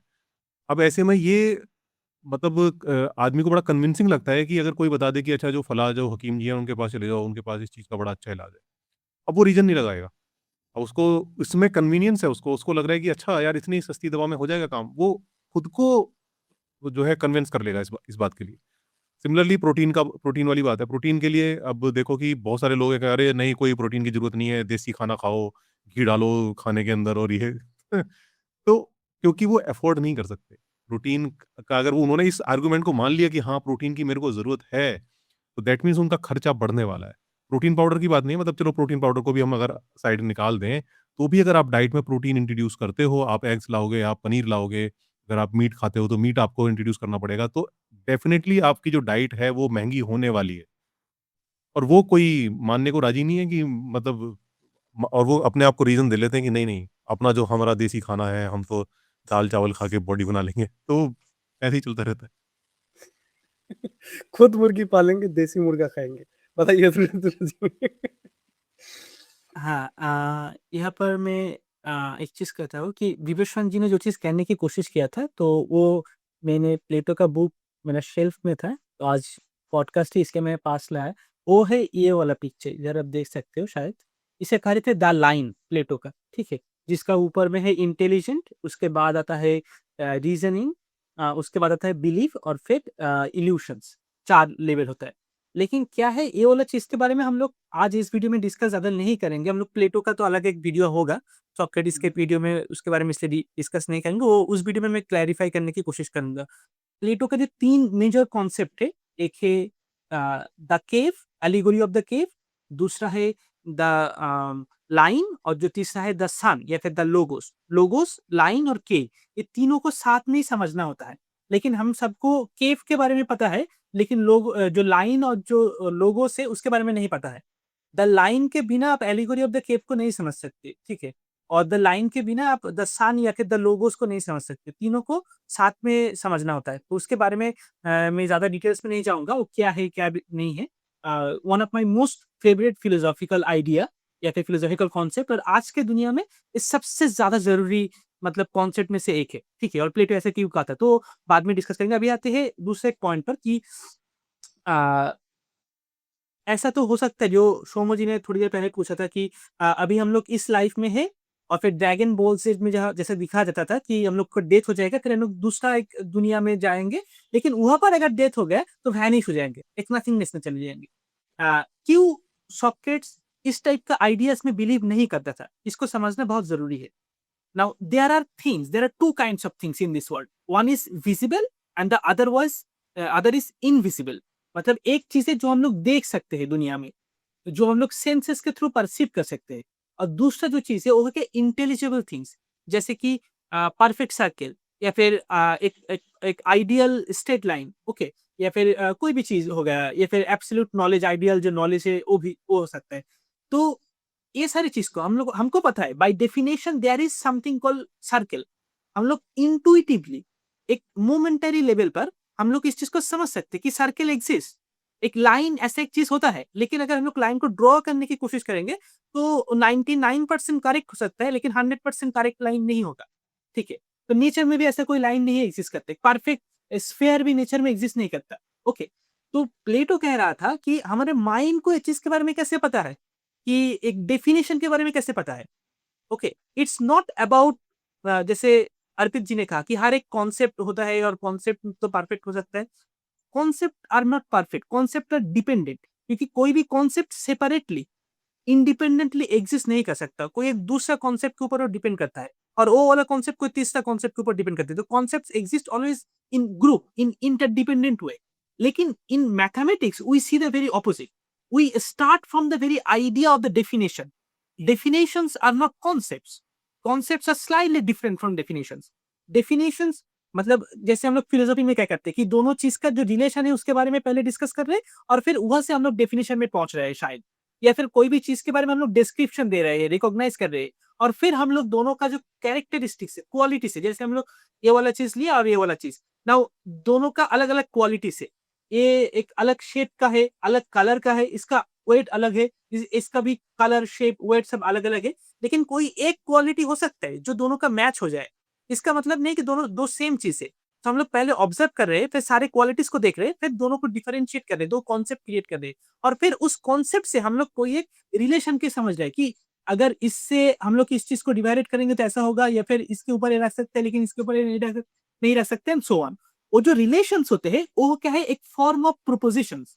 लेकिन मैथमेटिक्स में हम लोग उल्टा करते हैं। पहले कह रहे हैं कि सर्कल मींस एक जो पॉइंट है, और दूसरा एक वेरिएबल पॉइंट है जो इक्वल डिस्टेंस मेंटेन कर रहा है, या फिर स्ट्रेट लाइन मींस एक मतलब एक जो इंटुइटिवली हम लोग जिस चीज के बारे में रियलाइज करते हैं mathematically, by definition it proves in itself, it does not require any objective verification from the real world, it does not require any experiment. जैसे मैथमेटिक्स में या फिर फिजिक्स में हमको एक्सपेरिमेंटली कोई भी चीज को प्रूव करना होता है, नहीं तो वो चीज एक्चुअल फिजिक्स में वैलिड नहीं है। तो ऐसे ही लेकिन मैथमेटिक्स में वो चीज की जरूरत नहीं है, हम लोग बाय डेफिनेशन इसको प्रूव, और उस डेफिनेशन से हम लोग धीमे धीमे कॉन्सेप्ट्स की तरफ मूव करते हैं। तो यहाँ पर था जो सॉक्रेट्स का आइडिया। सॉक्रेट्स का आइडिया था ये सारे डेफिनेशंस कहाँ से मिल रहा है, ये जो इंटुइटिव नॉलेज हम लोगों को मिल रहा है ये कहाँ से आ रहा है हमारे अंदर। ये चीज किसी ना किसी जगह पर एग्जिस्टेंस में एग्जिस्ट करता है ऑलरेडी, और हमको इस चीज के बारे में पता है। हमारा माइंड का एक पार्ट है, एक फैकल्टी है जो रीजनिंग करते हैं, उसको इस चीज के बारे में पता है, वो इस चीज को परसीव कर सकते हैं। कैसे परसीव करते हैं, जब भी मून देखता है या फिर कोई ओशन देख रहा है, तब उसे उस ओशन का जो एंड है, जो हॉराइजन है, उसे ट्रिगर कर रहा है, उस विजन, वो वाला चीज परसीव करने के थ्रू उस आइडिया के बारे में जो ऑलरेडी माइंड में था, लेकिन वो एक स्लीपिंग स्टेट में था, अभी वो अवेक हो चुका है। वो सारे आइडियाज कहाँ पे एग्जिस्ट करता है, और वो आइडियाज क्यों एग्जिस्ट करता है, this is known as the process of recollection of the knowledge. और प्लेटो कह रहा है कि वो जो आइडियाज एग्जिस्ट कर रहा है, और जो आइडियाज ऑफ आइडियल्स, जो एक परफेक्ट सर्कल, दुनिया में बहुत सारे सर्कल है, ऐसा नहीं कि सर्कल नहीं है, स्ट्रेट लाइन भी है, ब्यूटीफुल चीज भी है, लेकिन beauty in itself, circle in itself as an idea, as a form, वो एग्जिस्ट नहीं करता, लेकिन वो हमारा माइंड के अंदर एग्जिस्ट करता है। तो वो जो चीज है अकॉर्डिंग टू सॉक्रेट्स की उसका एक अलग सब्सटेंशियल रियलिटी का एक हाई चांस है। तो दूसरे दुनिया के बारे में जब सोमो कह रहे थे कि उस दुनिया के बाद, उस दुनिया में जाने के बाद वहां पे वैनिश हो जाएंगे तो और कोई चीज नहीं है, क्यों इस चीज में सॉक्रेट्स नहीं बिलीव करते थे। अगर वो दुनिया है, अगर उसमें परफेक्ट चीज है, ओके, मतलब जब जो सोल उसमें जा रहा है, अगर इस दुनिया से हम लोग को डेथ हो रहा है तो दूसरा दुनिया में जा रहा है, तो कुछ चीज तो हम लोग इस दुनिया का जो मेटेरियल फिनोमिना है यहाँ पर छोड़ रहे हैं, बॉडीज जो है छोड़ रहे हैं, कॉन्सियसनेस, सोल, एनर्जी, जिसने भी तुम बिलीव करते हो, तो तुम दूसरे दुनिया में जा रहे हैं। तो वो जो चीज़ है, अगर उस दुनिया में भी उस चीज़ का डेथ हो रहा है, उसका मतलब वो चीज़ आइडियल नहीं है, या फिर वो चीज़ जो भी चीज़ को परसीव कर रहा है उस दुनिया में, वो सारी चीज़ आइडियल नहीं है। आइडियल मतलब कि वो चीज़ अनचेंजिंग फॉर इटर्निटी। साइकिल का डेफिनिशन इटर्निटी में भी चेंज नहीं होगा। स्ट्रेट लाइन का डेफिनिशन कभी भी चेंज नहीं होगा। तो और उसका जो इंटरसेक्टिंग पॉइंट है, उसका जो रिलेशन है, वो भी कभी कभी चेंज नहीं होगा। हाँ, कोई एक प्रैक्टिकल चीज का कॉन्सेप्ट चेंज हो सकता है, फिजिक्स का आइडियाज चेंज हो सकता है, थ्योरी चेंज हो सकता है, लेकिन बायोलॉजी का चेंज हो सकता है, या फिर सोशियोलॉजी का चेंज हो सकता है, फिलोसफी में भी चेंज हो सकता है कॉन्सेप्ट्स के बारे में। लेकिन मैथमेटिक्स का जो डेफिनेशन है वो कभी चेंज नहीं होता, क्योंकि mathematics does not begin from observation, it begins from intuition. Intuitively हम लोग एक डेफिनेशन लेते हैं, फिर हम लोग कॉन्सेप्ट की तरफ जाते हैं, फिर उसका अंदर रिलेशंस की तरह चीजों को दिखाने की कोशिश करते हैं। एब्स्ट्रैक्ट लेवल पर चल रहा है। वो जो एब्स्ट्रैक्ट लेवल जो हम लोग कॉग्निटिवली अचीव करते हैं, प्लेटो कह रहा है कि वो जो रियलिटी है वो एक्चुअल में रियलिटी है, और जो चीज अभी हम लोग देख रहे हैं ये है एक्चुअल में शैडो ऑफ दैट रियलिटी। हमको लगता है जनरली क्या कि ये जो रियलिटी है वो एक्चुअल है, ऑब्जेक्टिवली एग्जिस्ट करता है, हम लोग देख सकते हैं, समझ सकते हैं, कॉम्प्रिहेंड कर सकते हैं। और इसको समझते समझते हम लोग अगर आगे जाए, बहुत रीजनिंग करें, तो कोई दूसरा एक रियलिटी को एक शैडो हमको मिलता है, जो सर्कल है, स्ट्रेट लाइन है, जो भी है। लेकिन प्लेटो कह रहा है कि इसका बिल्कुल ऑपोजिट है। एक्चुअली फंडामेंटल जो रियलिटी है वो है वो जो सब्सटेंशियल रियलिटी, और ये जो रियलिटी है ये है नॉन फंडामेंटल, मतलब जो चेंजिंग रियलिटी, विजिबल रियलिटी, जो चेंज हो रहा है हर रोज। और चेंज का ऑपोजिट क्या है? अनचेंज, इटर्निटी, जो कभी चेंज नहीं होता। जैसे जैसे मैंने थोड़ी देर पहले एक्सप्लेन किया था कि idea turns into its opposition. जो चेंजिंग वर्ल्ड में आया है, जो विजिबल वर्ल्ड में आया है, वो विजिबल है, वो चेंजिंग वर्ल्ड में है, वो एक वेकिंग स्टेट में है, लेकिन उसको भी उसका ऑपोजिट चीज को अचीव करना होगा, जो अनचेंजिंग आइडियाज है, अनचेंजिंग वर्ल्ड है। तो वहां पर जाके इसीलिए उस पर कोई डेथ नहीं हो सकता, क्योंकि वो अनचेंज्ड है आइडियाज। जो शोमो जी ने जो सवाल पूछने की कोशिश कर रहा था, आई होप अभी आपको क्लियर हो गया कि क्यों उस टाइप के, मतलब सॉकेट्स क्यों उस टाइप का आइडियाज में बिलीव नहीं करता था कि दूसरे दुनिया में जाने के बाद हमका डेथ हो जाएगा। Okay, that is the eternity. अगर दूसरे दुनिया के जाने के बाद अगर डेथ हुआ, तो that is not the perfect world for Socrates. हो सकता है कि उसके बीच में अगर अलग अलग वर्ल्ड है, Socrates is not bother about that thing. Socrates is only trying to understand what is the true knowledge, what is the nature of knowledge. और ये सारी चीज आइडियाज हमारे माइंड में अंदर कहाँ से आ रहा है, what is the source. According to Socrates, Socrates सोचता था, मतलब एक्चुअल में सॉक्रेट्स इसके बारे में कभी भी डेफिनेटली नहीं कहा कि मैं ऐसा सोचता हूँ। सॉक्रेट्स अभी हमेशा सवाल पूछता था, क्वेश्चन करता था हर एक चीज को, और फिर क्वेश्चनिंग के थ्रू सॉक्रेट्स एक काइंड ऑफ इन अ वे एक अनसर्टेनिटी की तरफ मतलब हमको छोड़ देता था। और प्लेटो ने बाद में जाके इसको डेवलप किया एक फिलोसॉफिकल मॉडल में, जो अभी मैंने थोड़ा बहुत एक्सप्लेन किया। ये अदर वर्ल्ड से थोड़ा बाहर आते हैं। विवस्वान जी, आप इसके बाद सोक्रेटिस की किस दिक को? नहीं, अभी रुद्र जी ने तो बहुत कुछ बता ही दिया, तो शायद अभी कुछ है नहीं ज़्यादा कहने को। अभी जो मॉडर्न फिलोसॉफिकल इसके एस्पेक्ट्स है कि जो फैक्ट्स होते हैं, मैथमेटिकल फैक्ट्स होते हैं, या फिर जो भी ट्रुथ्स जिसे जिसे हम बोलते हैं, या फिर ब्यूटी जिसे हम बोलते हैं, या फिर एकदम एब्स्ट्रैक्ट कॉन्सेप्ट, जैसे मैंने बोल दिया कि यू नो कि ये दिस बॉटल इज़ व्हाइट, ऐसे बोल दिया। तो इसका अर्थ क्या है सच में? क्या वो व्हाइट है, या फिर मुझे लग रही है व्हाइट है? अगर सिर्फ़ मुझे लग रही है तो वो सच में क्या है? ये ऐसे जो क्वेश्चन्स होते हैं, तो ये सब प्लेटो ने आंसर करने का एक तरीका दिया था।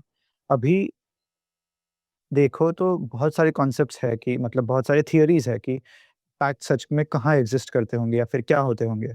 जैसे जो एंटी रियलिस्ट्स होते हैं इसके बारे में, वो तो बोलते हैं कि ऐसे कोई फैक्ट्स होते ही नहीं हैं, है ना? दूसरे बोलते हैं, दूसरों को बोलते हैं हम नॉमिनलिस्ट, जो बोलते हैं कि ऐसे फैक्ट्स नहीं होते, सिर्फ़ हमारे माइंड में एग्ज़िस्ट करते हैं। और दूसरे होते हैं रियलिस्ट, जो बोलते हैं हाँ, ऐसे फैक्ट्स होते हैं, लेकिन क्योंकि ये एक ऐसे फैक्ट्स है, जैसे मैथमेटिक्स को ले लिया। अगर ये ऐसे फैक्ट्स हैं जिनको समझने के लिए माइंड चाहिए, तो ये किसी एक ऑब्जेक्टिव माइंड में सिचुएटेड होंगे, जिन्हें आप गॉड बोल सकते हो, या फिर ऐसे बोल सकते हो। तो कोई ऐसे रूट ले लेता है। अब जो मैं रूट लेता हूँ उसे स्ट्रक्चरल रिलेशनल रियलिज़्म बोलते हैं। मतलब जैसे अगर मैं बोलूँ कि ये व्हाइट है, तो एक्चुअल में क्या हो रहा है? ये ऑब्जेक्ट की जो प्रॉपर्टीज़ है और मेरा जो कॉग्निशन है, जो मेरी कॉग्निटिव कैपेबिलिटीज़ है, इनमें जो रिलेशन है, इसके बारे में ये फैक्ट है कि हमें ये व्हाइट लग रहा है। तो मैं एक रिलेशनल स्टांस लेता हूँ कि जो भी ट्रुथ्स होते हैं वो रिलेशनल होते हैं। कि हमारे और उस ऑब्जेक्ट के बीच में जो भी रिलेशन हो रहा है, हमारे कॉग्निटिव एबिलिटीज़ के बीच में, तो उस रिलेशनल फैक्ट को हम व्हाइट बोल देते हैं। और मैथमेटिक्स में जैसे जो ट्रुथ्स होते हैं, जैसे हमने बोल दिया 1 + 1 2 होता है, ये एक नेसेसरी ट्रुथ हो गया। नेसेसरी मतलब जो हर एक सिनेरियो में ट्रू रहे, उसका कोई फ़ॉल्सिटी नहीं हो सकती, वो कभी भी फ़ॉल्स नहीं हो सकता। ऐसा क्यों है? क्योंकि एक लॉजिक का लॉ होता है जिसे हम लॉ ऑफ आइडेंटिटी बोलते हैं कि ए इज़ ए। अब ये एक एकदम नेसेसरी ट्रुथ हो गया, ये कभी भी गलत नहीं हो सकता। अब 1 + 1 = 2 भी वही है, क्यों? क्योंकि 1 + 1 इस साइड का जो पार्ट है, वो भी 2 को ही रिप्रेज़ेंट कर रहा है। 1 + 1 और 2 ये दोनों चीज़ हम एक ही है, सिर्फ़ डिफरेंट फ़ॉर्म में लिख रहे हैं। इसलिए वो एक नेसेसरी ट्रुथ हो गया। और ये सब कहाँ है फिर? ये सब जो ट्रुथ्स है, ये सब कहाँ है? इनको प्लेटो ने आंसर करने की एक तरीका दिया है। अब रिलेशन में हम इसको कैसे ला सकते हैं? अब 1 + 1 2 को हम कैसे एक्सप्लेन करेंगे? ये हम ऐसे एक्सप्लेन कर सकते हैं कि हमारी जो कॉग्निटिव एबिलिटीज़ है इस सब को परसीव करने की, और हम जो ऑब्ज़र्व करते हैं, जैसे मैंने इसकी जैसी एक और फेविकॉल की बॉटल ला दी, तो हम दोनों को देखते हैं और फिर माइंड में कॉन्सेप्ट्स बनाते हैं। तो इन दोनों का जो रिलेशन है, उससे हम ये मतलब डिराइव कर सकते हैं कि 1 + 1 2 हमेशा ही सही होना चाहिए, ये कभी गलत नहीं हो सकता। क्योंकि 2 और 1 + 1 ये दोनों सेम ही है, सिर्फ़ रिप्रेज़ेंट करने का तरीका डिफरेंट है। ये तो मैंने अभी मॉडर्न ये बता दिए कि क्या-क्या व्यूज़ हो सकते हैं। बाकी प्लेटो और सोक्रेटिस के बारे में तो रुद्रऋषि ने बता ही दिया था।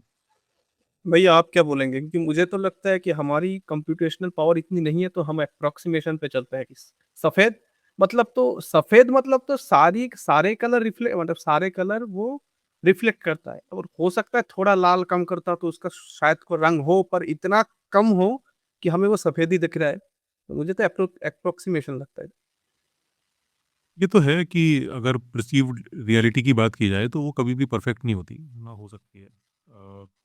जैसे कि हम जिस तरह से कोई रेड कलर है, रेड कलर की कोई चीज़ है, मैं देख रहा हूँ, मैं कह रहा हूँ हाँ, ये रेड है।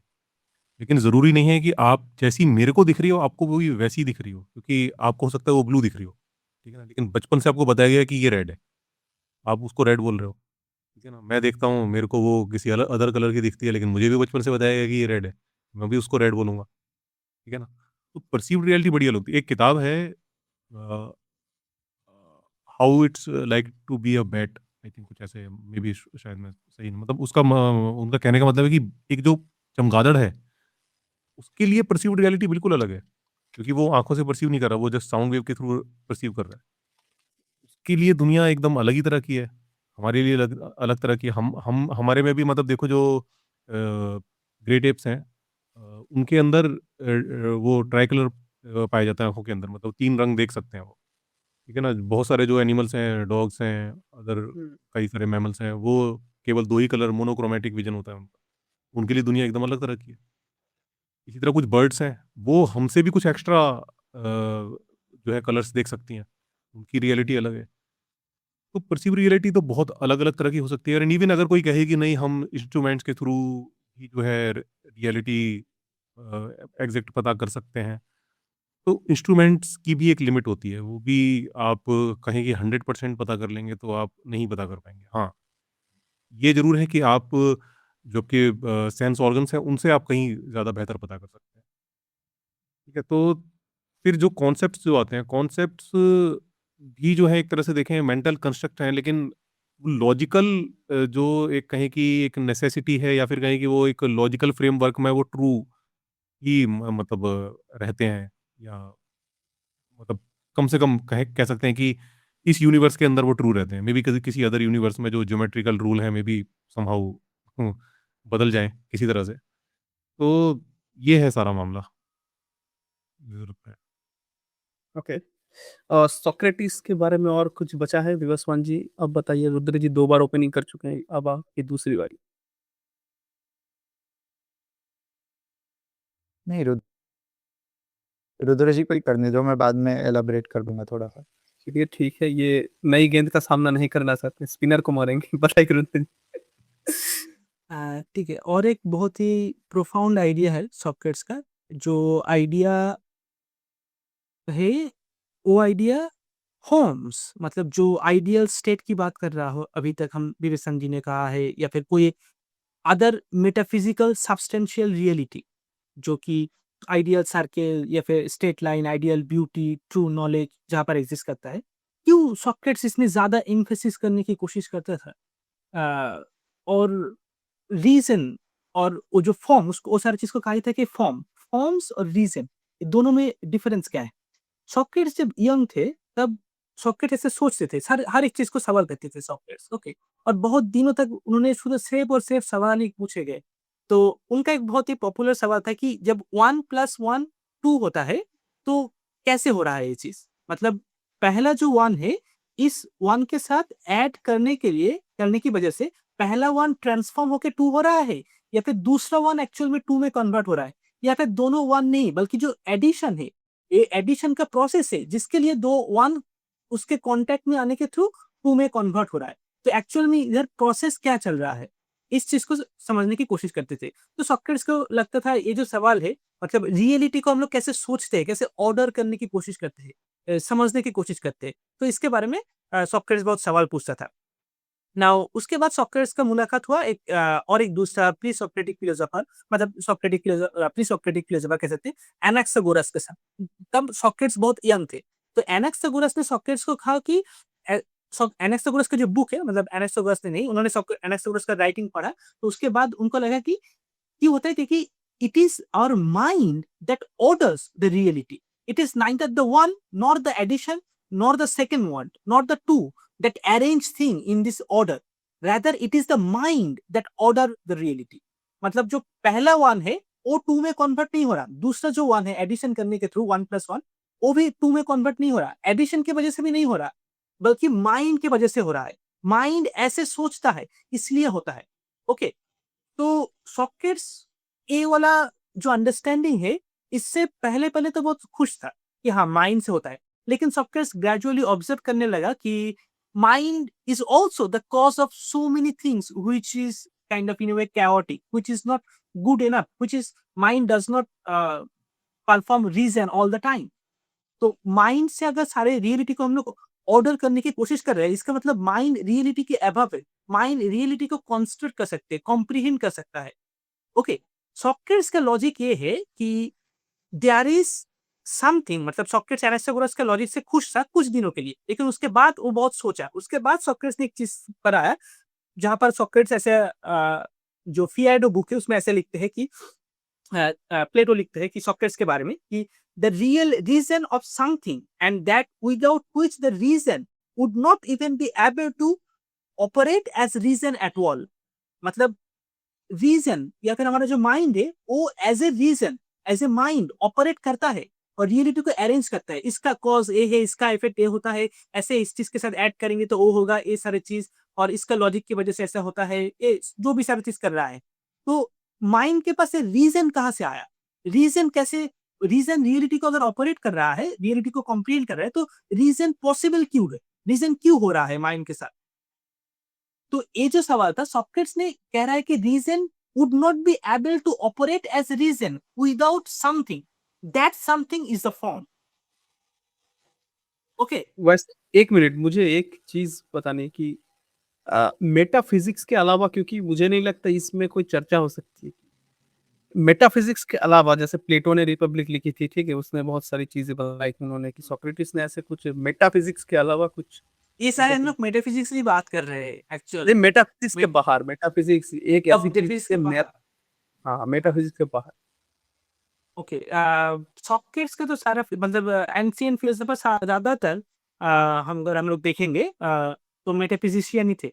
एंशिएंट मीडिएवल में थोड़ा थोड़ा धीमे धीमे करके हम लोग अलग अलग टाइप के फिलोसॉफिकल ब्रांचेस आ गए हैं, फिर उसके बाद डिफर करते हैं ऑन्टोलॉजी या फिर एथिक्स या फिर अलग अलग।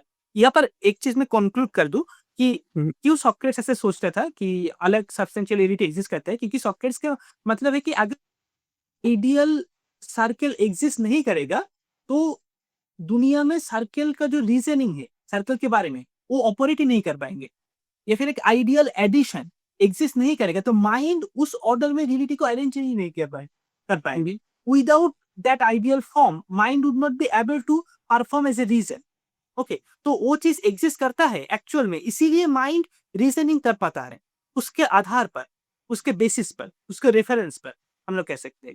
ओके, तो this is one of the most profound idea from Socrates. तो लेकिन हम लोग उस चीज़ को परसीव क्यों नहीं कर पाते तो फिर? जो आइडियल चीज़ है। सॉक्रेट्स का मानना ऐसा था, अगर सन जो है आसमान पर, अगर हम लोग उसे देखने की कोशिश करेंगे, तो हमारा जो आँखें हैं, वो हम लोग ब्लाइंड हो जाएँगे। तो एक्चुअल जो नॉलेज है या फिर एक्चुअल जो ट्रूथ है, वो भी सन की तरह है। इतना पावरफुल है कि हमारा जो ह्यूमन लाइफ, ह्यूमन इंटेलेक्ट या फिर जो रीज़न है, वो उस चीज़ को परसीव करने का कैपेसिटी नहीं है उसके पास। ओके, तो हम लोग सन को कब देख सकते हैं? जब इक्लिप्स हो रहा है तब देख सकते हैं, या फिर हम लोग रिफ्लेक्शन में सन को देख सकते हैं। कोई अगर मतलब ओशन है या फिर कोई पॉन्ड है, कोई भी जगह है, ठीक है? तो उसके ऊपर सन का जो रिफ्लेक्शन आ रहा है, उस पर हम लोग देख सकते हैं कि हाँ, सन एग्ज़िस्ट करता है। लेकिन अगर हम लोग खाली आँखों से सन को देखने की कोशिश करेंगे, तो हमारा आँखें ब्लाइंड नहीं हो जाएगा। तो जो आँखें हैं, वो एक्चुअल में रीज़न है, और जो सन है, वो एक्चुअल में फ़ॉर्म्स है। हम लोग फॉर्म्स को अगर डायरेक्टली परसीव करने की कोशिश करेंगे, तो हमारा जो रीजनिंग करने का कैपेसिटी वो डिस्ट्रॉय हो जाएगा, माइंड ब्लाइंड हो जाएगा, माइंड को कुछ समझ में नहीं आएगा। तो माइंड क्या करता है? Through objective reasoning, through understanding the world, reasoning करते हैं दुनिया में, इसे समझते हैं जो रिफ्लेक्शन में है। उस रिफ्लेक्शन के थ्रू सन का जो एग्जिस्टेंस है, उस कंक्लूजन में पहुंचता है। जैसे हम लोग रिफ्लेक्शन में देखकर सन के बारे में जानते हैं, ऐसे ही दुनिया के ऊपर रीजनिंग करने के थ्रू हम लोग जानते हैं कि फॉर्म्स एग्जिस्ट करता है, लेकिन फॉर्म्स को हम लोग डायरेक्टली इसलिए परसीव नहीं कर पाते क्योंकि that is so okay, powerful. ठीक है। ओके। भैया आप इस पे कोई टिप्पणी करेंगे? क्योंकि हम जब क्या कहते हैं कि जो अरे उपनिषदों वाली जो सीरीज है वहां पे हम आलोचना कर रहे थे कि जो परम ब्रह्म का जो ज्ञान है वहां पे जैसी हवा बनाई गई थी कि यहाँ पे बनाई गई है, आपसे पूछता हूँ और विवस्वान जी की तरफ आऊंगा इसके बाद कि मेटाफिजिक्स के अलावा सोक्रेटिस ने अगर कुछ दिया। नहीं, यहाँ पर मतलब ऐसी हवाबाजी तो मैं नहीं कहूँगा कि ये मेरे मेरे ख्याल से एक प्योर रीज़निंग है। इसका कोई मतलब रिलीजन से कनेक्शन नहीं है ना। यहाँ पर कोई ऐसा नहीं कहा जा रहा है कि हाँ, वहाँ पर कोई चूँकि ट्रू फॉर्म एग्ज़िस्ट करती है तो हमें उसके सामने बो डाउन करना है। या हमारे पास कोई ऐसा तरीका है, हम समाधि लगा के बैठे हैं, पालथी मार के बैठे हैं तो हम उस फॉर्म को समझ जाएँगे। ठीक है ना? तो ये फ़र्क है। और उसके साथ और भी बहुत फ़र्क है कि केवल वो बात वहाँ तक नहीं रुकती है। वो ठीक है कि वो कह रहे हैं कि हाँ, ये कोई अल्टीमेट रियलिटी एग्ज़िस्ट करती है, लेकिन वो फिर उसके साथ में और भी फ़िलॉसफ़ी जुड़ी है ना, उसके साथ में फिर आपका कर्म सिद्धांत भी जुड़ा हुआ है, आपका पुनर्जन्म भी जुड़ा हुआ है। बहुत सारी चीज़ें व्यवस्था साथ में जुड़ी हुई हैं उसकी। और एक पूरा प्रोसेस है कि वो उनसे कैसे करके आप मोक्ष तक आपको पहुँचना है। ये है पूरा माजरा जो है। ओके, विवस्वान जी आप बताइए। जी, तो अम, सोक्रेटिस के मेटाफिज़िक्स को छोड़ के कुछ पॉलिटिकल व्यूज़ भी थे, या फिर अगर गॉड पे ही चर्चा करनी चाहे तो उनके उस पे भी व्यूज़ थे। पहले पॉलिटिक्स अ, बताइए, अब मेटाफिजिक्स मुझे ना दौरे पड़ रहे हैं। हाँ, तो अ, नहीं, गॉड का उतना सीरियस है नहीं, वो ऐसे डिज़ाइन आर्ग्यूमेंट ही देते थे। उनको डिज़ाइन में बहुत मतलब आश्चर्यता होती थी कि हम इतने स्ट्रक्चर्ड है, या फिर ये जो भी है वर्ल्ड इतना स्ट्रक्चर्ड है, तो इसको करने वाला कोई चाहिए। ऐसे ही एकदम प्रोटो डिज़ाइन आर्ग्यूमेंट उन्होंने पेश की थी। पॉलिटिक्स में अगर हम देखें तो वो डेमोक्रेसी को बहुत अपोज़ करते थे। उनकी बेसिक जो अंडरस्टैंडिंग थी, अब सोक्रेटिस और प्लेटो मतलब दोनों का अगर हम रफली जो काल लें, तो वो ग्रीस के एथेंस में था, और एथेंस में डेमोक्रेसी चलती थी। तो अब उधर क्या था प्रॉब्लम कि अ, जो सोक्रेटिस ने कहा था कि जो भी एक रूलिंग करता है, वो रूलिंग करने में एक स्किल होती है। रूलिंग खुद एक स्किल होती है, और हम्म, स्किल सबके पास नहीं होती। तो हम्म, सबको इसमें ये करने के लिए, पार्टिसिपेट करने के लिए, या फिर सबको एक ओपिनियन देने के लिए इतना हक नहीं होना चाहिए, क्योंकि एक इंटेलेक्चुअल क्षमता जो होती है सबको, मतलब एक अच्छा रूलिंग अ, चूज़ करने की, कौन रूल करेगा, कौन अच्छा रूल कर सकता है, ये करने की इंटेलिजेंस सब में नहीं होती, ऐसे वो बोलते थे। तो इसलिए हमें डेमोक्रेसी ज़्यादा एक हेल्दी नहीं है ऐसे देश के लिए जिसमें ज़्यादा फिलोसोफर जैसे लोग नहीं हैं, जो कि ज़्यादा सोच नहीं पाते, या फिर ज़्यादा अ, रूल को एक स्किल की वजह से नहीं देखते, सिर्फ़ अपने बायस की वजह से देखते हैं, या फिर ऐसे वगैरह। तो वो डेमोक्रेसी को बहुत मतलब अपोज़ भी किया करते थे। अब जैसे अर्पित जी ने कहा था कि ये जो एक रीज़निंग है, ये बहुत ही मतलब एक्चुअल रीज़निंग है, ये रिलीजन को प्री-सपोज़ करके नहीं की गई है। अब अगर हम इंडिया में ऐसे देखें तो इंडिया में ऐसे बहुत कम ही फिलोसोफर दिखेंगे एकदम एंशिएंट वाले जो एकदम ऐसी रीज़निंग के साथ आगे बढ़ते हैं। अगर हम देखें तो मुझे जो लगता है वो नागार्जुन एक अच्छे फिलोसोफर थे। नागार्जुन ने मतलब काफ़ी एक बढ़िया लाइन ऑफ रीज़निंग चैप्टर 1 उनकी जो बुक है मूल मध्य मगकारिका, तो उसमें उन्होंने काफ़ी अच्छी एक रीज़निंग दी थी जो कि एक सच में लॉजिकल रीज़निंग जैसी ही फ़ॉलो होती है। और मतलब उसे हम डिडक्टिव तो नहीं कहेंगे, इंडक्टिव ही कह सकते हैं, लेकिन जो ग्रीक फिलोसोफर्स ने भी किया है, वो इंडक्टिव रीज़निंग ही था। इंडक्टिव मतलब हम बाहर देख के फिर रीज़न करेंगे कि क्या हो सकता है। जैसे इन्होंने देखा कि आइडियाज़ तो हमें रियलिटी में नहीं दिख रहे, तो किधर तो होने चाहिए, ऐसा वगैरह। लेकिन इंडियन फिलोसोफर्स ने मोस्टली क्या किया, उन्होंने डिडक्टिव आर्ग्यूमेंट्स किए। उन्होंने प्री-सपोज़ कर लिया कि मोस्टली गॉड तो होते ही है, फिर उस आइडिया से लेके आत्मा तो होती है, उस आइडिया को लेके फिर हम नीचे-नीचे जाएँगे, फिर हम चीज़ों को एक्स्ट्रापोलेट करके आएँगे। ये मोस्टली इंडियन फिलोसोफर्स ने किया।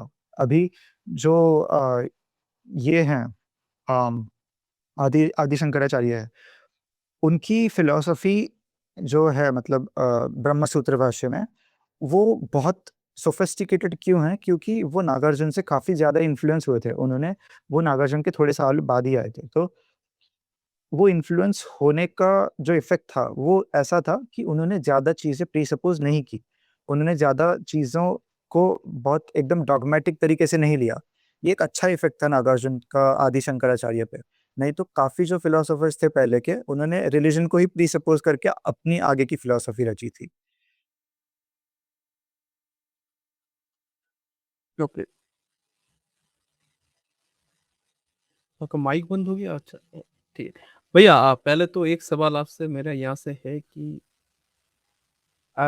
इस चीज़ को मैं गलत या सही कुछ को नहीं बताऊँगा, ये पक्ष सही, ये पक्ष गलत। 2 पक्ष हमें मिलते हैं जैसे कुछ लोग व्यक्तियाँ हैं जो अ, फ़िलॉसफ़ी को बहुत पसंद करते हैं, ठीक है? और मेरे जैसे तो भी बहुत होंगे कि जिन्हें दौरे पड़ते हैं, ठीक है? तो ये भाव क्यों? और कैसे आया ये भाव? उसके बाद डेमोक्रेसी पे थोड़ी चर्चा करेंगे। चक्कर क्या है कि ज़्यादातर लोग ना डीप थिंकिंग के आदी नहीं होते हैं। उनमें से जी, ज़्यादातर ऐसे होते हैं कि हमारा बस इतना ही लॉजिक हमारे लिए ठीक रहता है कि अपना काम चल जाए हमारा। फिलोसोफर होने के लिए आपको बहुत डीप थिंक करना पड़ता है। जो चीज़ें कई बार हम ऐसे ही कह देते हैं कि ये है तो है, लेकिन वो फिलोसोफर कहेगा कि नहीं ये क्यों है? इसके पीछे क्या रीज़न है? ठीक है ना? तो वो उस डीप तक जाता है। वो पागलपन लग सकता है, लेकिन एक तरीका है, रीज़निंग का एक तरीका है और यही तरीके डेवलप कर के हम पहुँचे हैं यहाँ तक। मतलब साइंस भी एक समय तक फिलॉसफी का ही पार्ट था। हुँ, हुँ। उसमें से कुछ जो है फिलॉसफी का पार्ट अलग हो गया है। अब जो कहें कि जो एम्पिरिकली जब हम चीज़ों को टेस्ट करते हैं, उनसे कंक्लूज़न निकालते हैं, वो पार्ट जो है सारा साइंस ने वो कब्ज़ा कर लिया उधर। है ना? अब जो फिलॉसफर्स का जो काम बचा है, ऐसा नहीं कि अभी खत्म हो गया है। हालाँकि वो क्या नाम है उनका, जो साइंटिस्ट थे बहुत बड़े व्हीलचेयर पे रहते थे, क्या नाम था उनका? Stephen Stephen Hawkins. Stephen Hawkins Stephen अपनी बुक में लिखते हैं कि फिलोसोफर्स के लिए जो है अब जो काम रह गया केवल वो भाषा की वो भाषाओं और शब्दों की परिभाषाएँ करते रहें, वो यही उनके लिए काम रह गया है। लेकिन ऐसा नहीं है, अभी भी काम बाकी है। फिलोसोफर्स चाहें तो, लेकिन हाँ, कठिन ज़रूर हो गया है काम उनका। कठिन इसलिए हो गया है क्योंकि आज अगर आपको फिलॉसफी करनी है और फिलॉसफी भी अगर आप कर रहे हो उस पर, इस ये दुनिया के ऊपर कि भई ये दुनिया कैसे, इसके क्या बनने के पीछे क्या रीज़न हो सकता है, ये कहाँ से आई, क्यों आई? इस तरह की अगर आप रीज़निंग कर रहे हो, तो वो रीज़निंग आज तक की जो नॉलेज हमने जान ली है, साइंटिफिक नॉलेज, ठीक है ना? उसको जाने बिना नहीं हो सकती है। उसको आपको सबको जानना पड़ेगा। उसके बाद फिर आप उसके आगे कोई रीज़न दे सकते हो, ठीक है ना? तो कठिन तो ज़रूर हो गई है फ़िलॉसफ़ी, लेकिन अभी भी खत्म नहीं है क्योंकि जहाँ पर हम हमारी कहें कि हमारे इक्विपमेंट्स नहीं जा सकते, एपरेटस नहीं जा सकते उन चीज़ों को चेक करने के लिए, वहाँ फ़िलॉसफ़ी ही अभी भी जा सकती है। और एक दूसरी बात जो यशवंत जी ने कही थी कि वो इसलिए डेमोक्रेसी को पसंद नहीं करते थे क्योंकि किसी भी शासक जो होते हैं, उन्हें योग्य बनना पड़ता है, उन्हें पॉपुलर बनना बस एक मतलब एक कदम हो सकता है, लेकिन वो एकमात्र क्राइटेरिया नहीं हो सकती, ठीक है? अब देखिए कि कैसी हालत है यहाँ पे, मैं बंगाल का उदाहरण देता हूँ, ठीक है? कि यहाँ पे बजट पेश हुआ है, ठीक है? राज्य बजट। तो यहाँ पे लड़का-लड़की बूढ़ों को छोड़ के सबको कुछ ना कुछ पैसे महीने में देने की व्यवस्था हो गई है, ठीक है? अब मैं नहीं, हँसने की बात नहीं है, अब मैं ये सोचता रहा कि हाँ, समझ कुछ सकते दिनों हैं पहले तक सीरियसली। नहीं, सीरियस नहीं, मैं दूसरी जगह पे सोच रहा था कि मैंने सोच रहा था कि कुछ लोग ऐसे हैं, जो पहले तो महिलाओं की बड़ी निंदा करते हैं, अरे ये तो 1,500 रुपए में बिक गई, या फिर मान लीजिए कि जहाँ कहीं भी 2,000-3,000 मिलते, जो भी हो, बिक गई। इन्हें तो शिक्षा के लिए वोट देना चाहिए था, इन्होंने पैसे के लिए वोट क्यों दिया? हाँ, पहला मेरा प्रश्न आता है, ले मैं महिलाओं के पक्ष में कभी जाता नहीं हूँ, पर यहाँ देखिए कि पहले बात वोट उनका है, वो किसी भी चीज़ के लिए दे सकती हैं, ठीक है? वो किसी भी चीज़ के लिए दे सकती, आप ये सोच कैसे रहे कि आपको चाहिए शिक्षा, आपको चाहिए नौकरी, हो सकता है उन्हें नहीं चाहिए हो सकता है उन्हें पैसे चाहिए, जिसकी ज़रूरत उन्हें हो, शायद उनके पेट में भूख लगी, उन्हें पैसे चाहिए इसीलिए वोट दे रहे हैं। ये एक स्टैंस है। और दूसरा कि अगर मैं इस चीज़ को सवाल कर रहा हूँ कि अरे वो जो वोट दे रहे हैं वो तो गंदी, मतलब देश का बुरा चाह रहे हैं। असल देश का भला-बुरा तो नहीं होता, होता है कि इस पक्ष का बुरा या इस पक्ष का, और मतलब पूरे देश का हो जाता है कभी-कभी। तो यहाँ पे वो सही यूनिवर्सल फ्रैंचाइज़ी के ऊपर भी सवाल खड़ा करते हैं कि सबको वोट नहीं देना चाहिए था, जैसे एथेंस में था कि कुछ लोग ही वोट दे पाते थे। इसमें क्या विचार है आप लोगों के, एक-एक करके आएँगे? रुद्र जी आप बताइए भाई। Without metaphysics.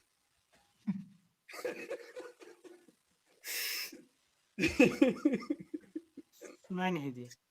अब आप बताइए कि इस चीज़ को कैसे देखते हैं? कि उन्हें वो अपना वोट देने का तो अधिकार महिलाओं को, या फिर जिन्हें भी जो जिसे भी जो भी मिल रहा है, ठीक है? वो क्यों शिक्षा के नाम पे वोट दें? उन्हें अगर पैसे चाहिए, उनका वोट है, वो दे ही सकते हैं। एक, या फिर दूसरा, अगर उनको क्रिटिसाइज़ कर रहे हैं कुछ व्यक्ति खुद को पढ़ा-लिखा या फिर इंटेलेक्चुअल मान के, तो वो यूनिवर्सल फ्रैंचाइज़ी पे सवाल उठा रहे हैं कि वोट तो बस हमें ही देना चाहिए, क्योंकि हमें ही तो शिक्षा आती है, हमें ही शिक्षा करना आता है, उन्हें क्यों वोट देने दे रहे हो आप? सुनाई दिया आपको? उनको शायद आवाज़ ही नहीं आ लोग रही। फ्रीज़ हो गए हैं। अच्छा ठीक है, विवस्वान जी आप बताइए पहले। जी, तो अगर सोक्रेटिस सोसाइटी से मैं अगर बोलना चाहूँ, तो मैं दूसरा पॉइंट चूज़ कर दूँगा। मैं यूनिवर्सल एडल्ट फ्रैंचाइज़ी को रिजेक्ट कर दूँगा, क्योंकि मेरी वो पूरी आइडिया ही वही थी कि सबको वोट मिलने का अधिकार नहीं होना चाहिए।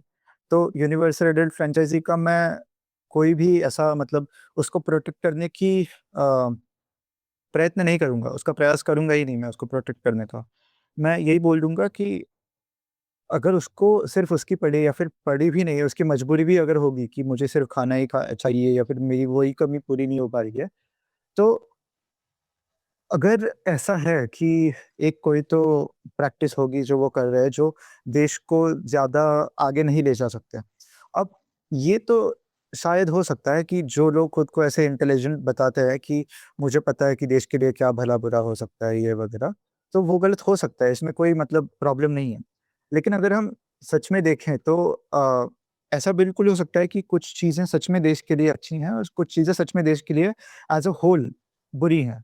तो अगर हम उससे लेके चले, तो बिल्कुल ऐसा हो सकता है कि मैं नहीं चाहूँगा, अगर मैं सोक्रेटिस होता तो मैं ये बोल देता कि नहीं चाहिए मुझे, अगर कोई ऐसे गाँव के बहुत अनएजुकेटेड लोग हैं जिन्हें पता नहीं है, जो धर्म के नाम पे या फिर कास्ट के नाम पे सिर्फ़ वोट्स दे देते हैं, तो मैं चाहूँगा कि यूनिवर्सल एडल्ट फ्रैंचाइज़ी को बंद ही किया जाए। मैं नहीं मतलब मान सकता उस पे।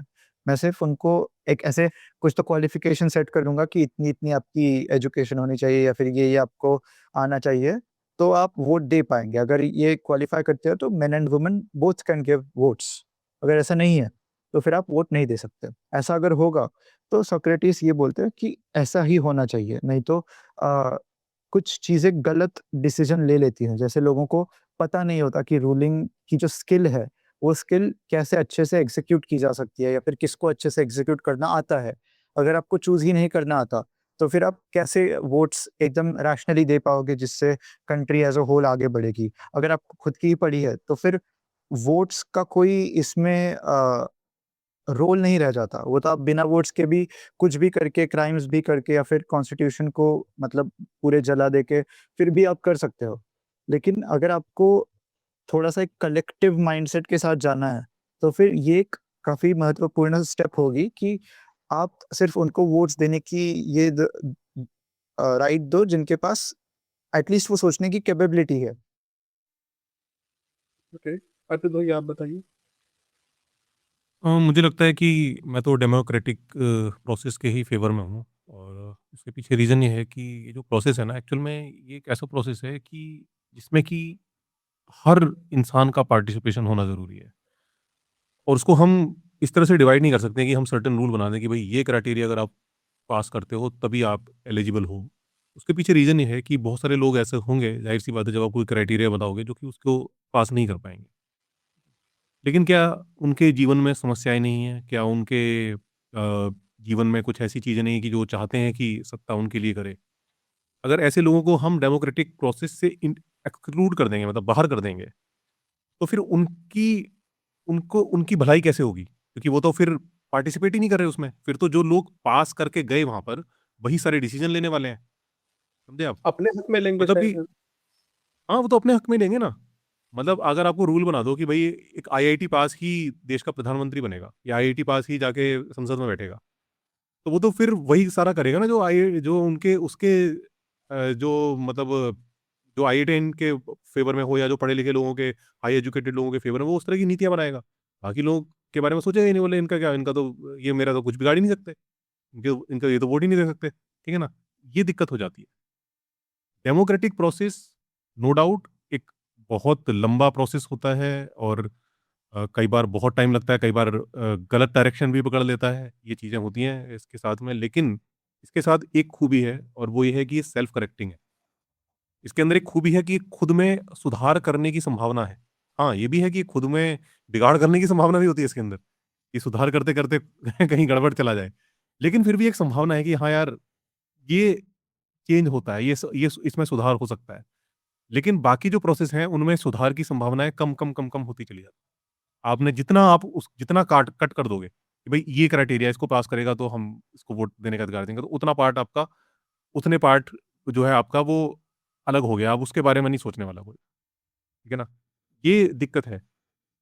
ये आप देखो कि मतलब जो अ, ऐसे ऐसी सत्ताएँ रही हैं दुनिया के अंदर जो कि मतलब अब जैसे चाइना को देख लो, चाइना का एक अच्छा एग्ज़ाम्पल के तौर पे देख सकते हैं कि भई वहाँ पर जो प्रोसेस है वो उतना डेमोक्रेटिक नहीं है। डेमोक्रेटिक क्या मतलब थोड़ा-सा है कि मतलब एक ही पार्टी है, वही जो है चलाती है और आपके पास कोई विकल्प नहीं है कि आप किसी दूसरी पार्टी को चुन सकें। लेकिन वो वहाँ पर ठीक-ठाक काम कर रहा है।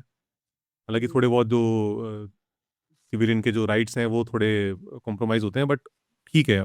अल्टीमेटली अगर जो है लोगों के जीवन स्तर में सुधार आया है और देश की जीडीपी ऊपर उठी है, तो ठीक है। लेकिन बहुत सारे एग्ज़ाम्पल्स हमारे पास ऐसे हैं, जहाँ पर ये बुरी तरह से फ़ेल हो जाता है। क्योंकि होता क्या है कि जब कोई ऐसा शासक सत्ता में आता है, तो वो चीज़ों को कंट्रोल करना शुरू कर देता है। फ्रीडम आपके पास से धीरे-धीरे कम होते-होते बिल्कुल खत्म होने लगती है। जैसे कि हम उसमें देखते हैं सोवियत यूनियन में देखते हैं हम जैसे कि वो जब वहाँ पर क्या नाम था यार उसका? स्टालिन भाई। स्टालिन, हाँ, स्टालिन जब आता है तो ये स्टालिन आप के आने के नाम बाद नहीं सबको पता है। हैं? हाँ। आपने कहा भी नहीं, सभी को भाई का नाम पता है। वो क्या करता मतलब कि उसने कंट्रोल की हद कर दी। ये हद ये थी कि मतलब जो वैज्ञानिक थे उसके मतलब उनकी जो एक ऐसी टुकड़ी होती थी जो कि हर चीज़ की जासूसी होती थी। जो सिविलियन था, सिविलियन क्या सोच रहे हैं, उनके हर जगह जासूस उनको पता लोगों को पता भी नहीं होता था कि उनके बीच में कोई जासूस भी हो सकता है, जो कि उनकी इन्फॉर्मेशन ले रहा है और पहुँचा रहा है वहाँ ऊपर तक। तो यही होता है। मीडिया पूरा कंट्रोल हो जाता है, धीरे-धीरे हर चीज़ कंट्रोल में आने लगती है। क्योंकि वही जो चीज़ है उसको सत्ता में बनाए रख सकती है। तो जो डेमोक्रेटिक प्रोसेस है वो एक ही आज़ादी देता है आपको कि ये जो कंट्रोल है वो आपके हाथ में रहेगा। आप चाहें, आपको लगता है कि ये जो शासक है ये ठीक नहीं कर रहा है, तो आप इसको उखाड़ के फेंक सकते हैं। ओके। ये जो प्लेटो ने या सोक्रेटिस ने शायद कहा था कि फिलोसोफर किंग ऐसा कुछ। मुझे बस इस शब्द से थोड़ी आपत्ति है कि जो लोग पढ़े लिखे हैं, ठीक है? अब पढ़े लिखे भी बहुत लिमिटेड क्राइटेरिया में, सब पढ़े लिखे नहीं है, मतलब सब विषयों में पढ़े लिखे नहीं है। कोई हो सकता है कोई इतिहास पढ़ा हो, किसी ने भूगोल पढ़ा हो, किसी ने बायोलॉजी पढ़ा हो, किसी ने मिलिट्री ऑपरेशंस पढ़े हो, जो भी हो। तो लेकिन कुछ लोग ये क्या बोल के बोलते हैं कि मैं इससे सुपीरियर हूँ, वो गाँव का बंदा जो खेती कर रहा है, वो मुझसे इंफीरियर है और मुझे करनी है बक-बक और जाऊँगा उसके उसके धान के खेत की चावल ही मुझे चाहिए। मुझे मतलब क्या कहते हैं उसे क्या?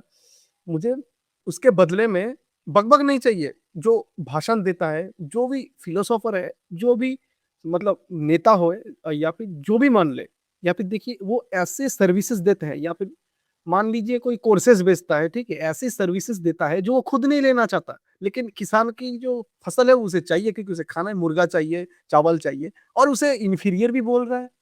गज़ब चीज़ है। इस चीज़ को कैसे ये देखेंगे आप? ऐसा है ना देखो जो ऐसा ज़रूरी नहीं है कि आप सोचो कि आप ये डिवाइड कर सकते हो कि भई ये वाला जो विचार है ये बहुत उत्तम है और ये वाला विचार है ये उत्तम नहीं है। हर विचार की वैल्यू है। आपके मन में हो सकता है ऐसे विचार हों आप चाहते हो कि भई जीडीपी आगे बढ़नी चाहिए, आपके ये मन में विचार हो कि भई साइंटिफिक इनोवेशन के अंदर हम लोगों को आगे बढ़ना चाहिए।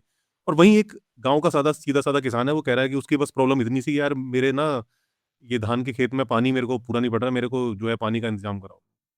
हुँ। उसका बस इतना ही है। अब वो आपको यार ये क्या बात हुई यार हम कहाँ देश की बात कर रहे हैं तू धान के फसल के पीछे पड़ा हुआ है। लेकिन है तो यार उसकी प्रॉब्लम। वो प्रॉब्लम कैसे सॉल्व होगी? अगर आप उसे उसको पार्टिसिपेट ही नहीं करने दोगे, तो वो तो बेचारा रह गया।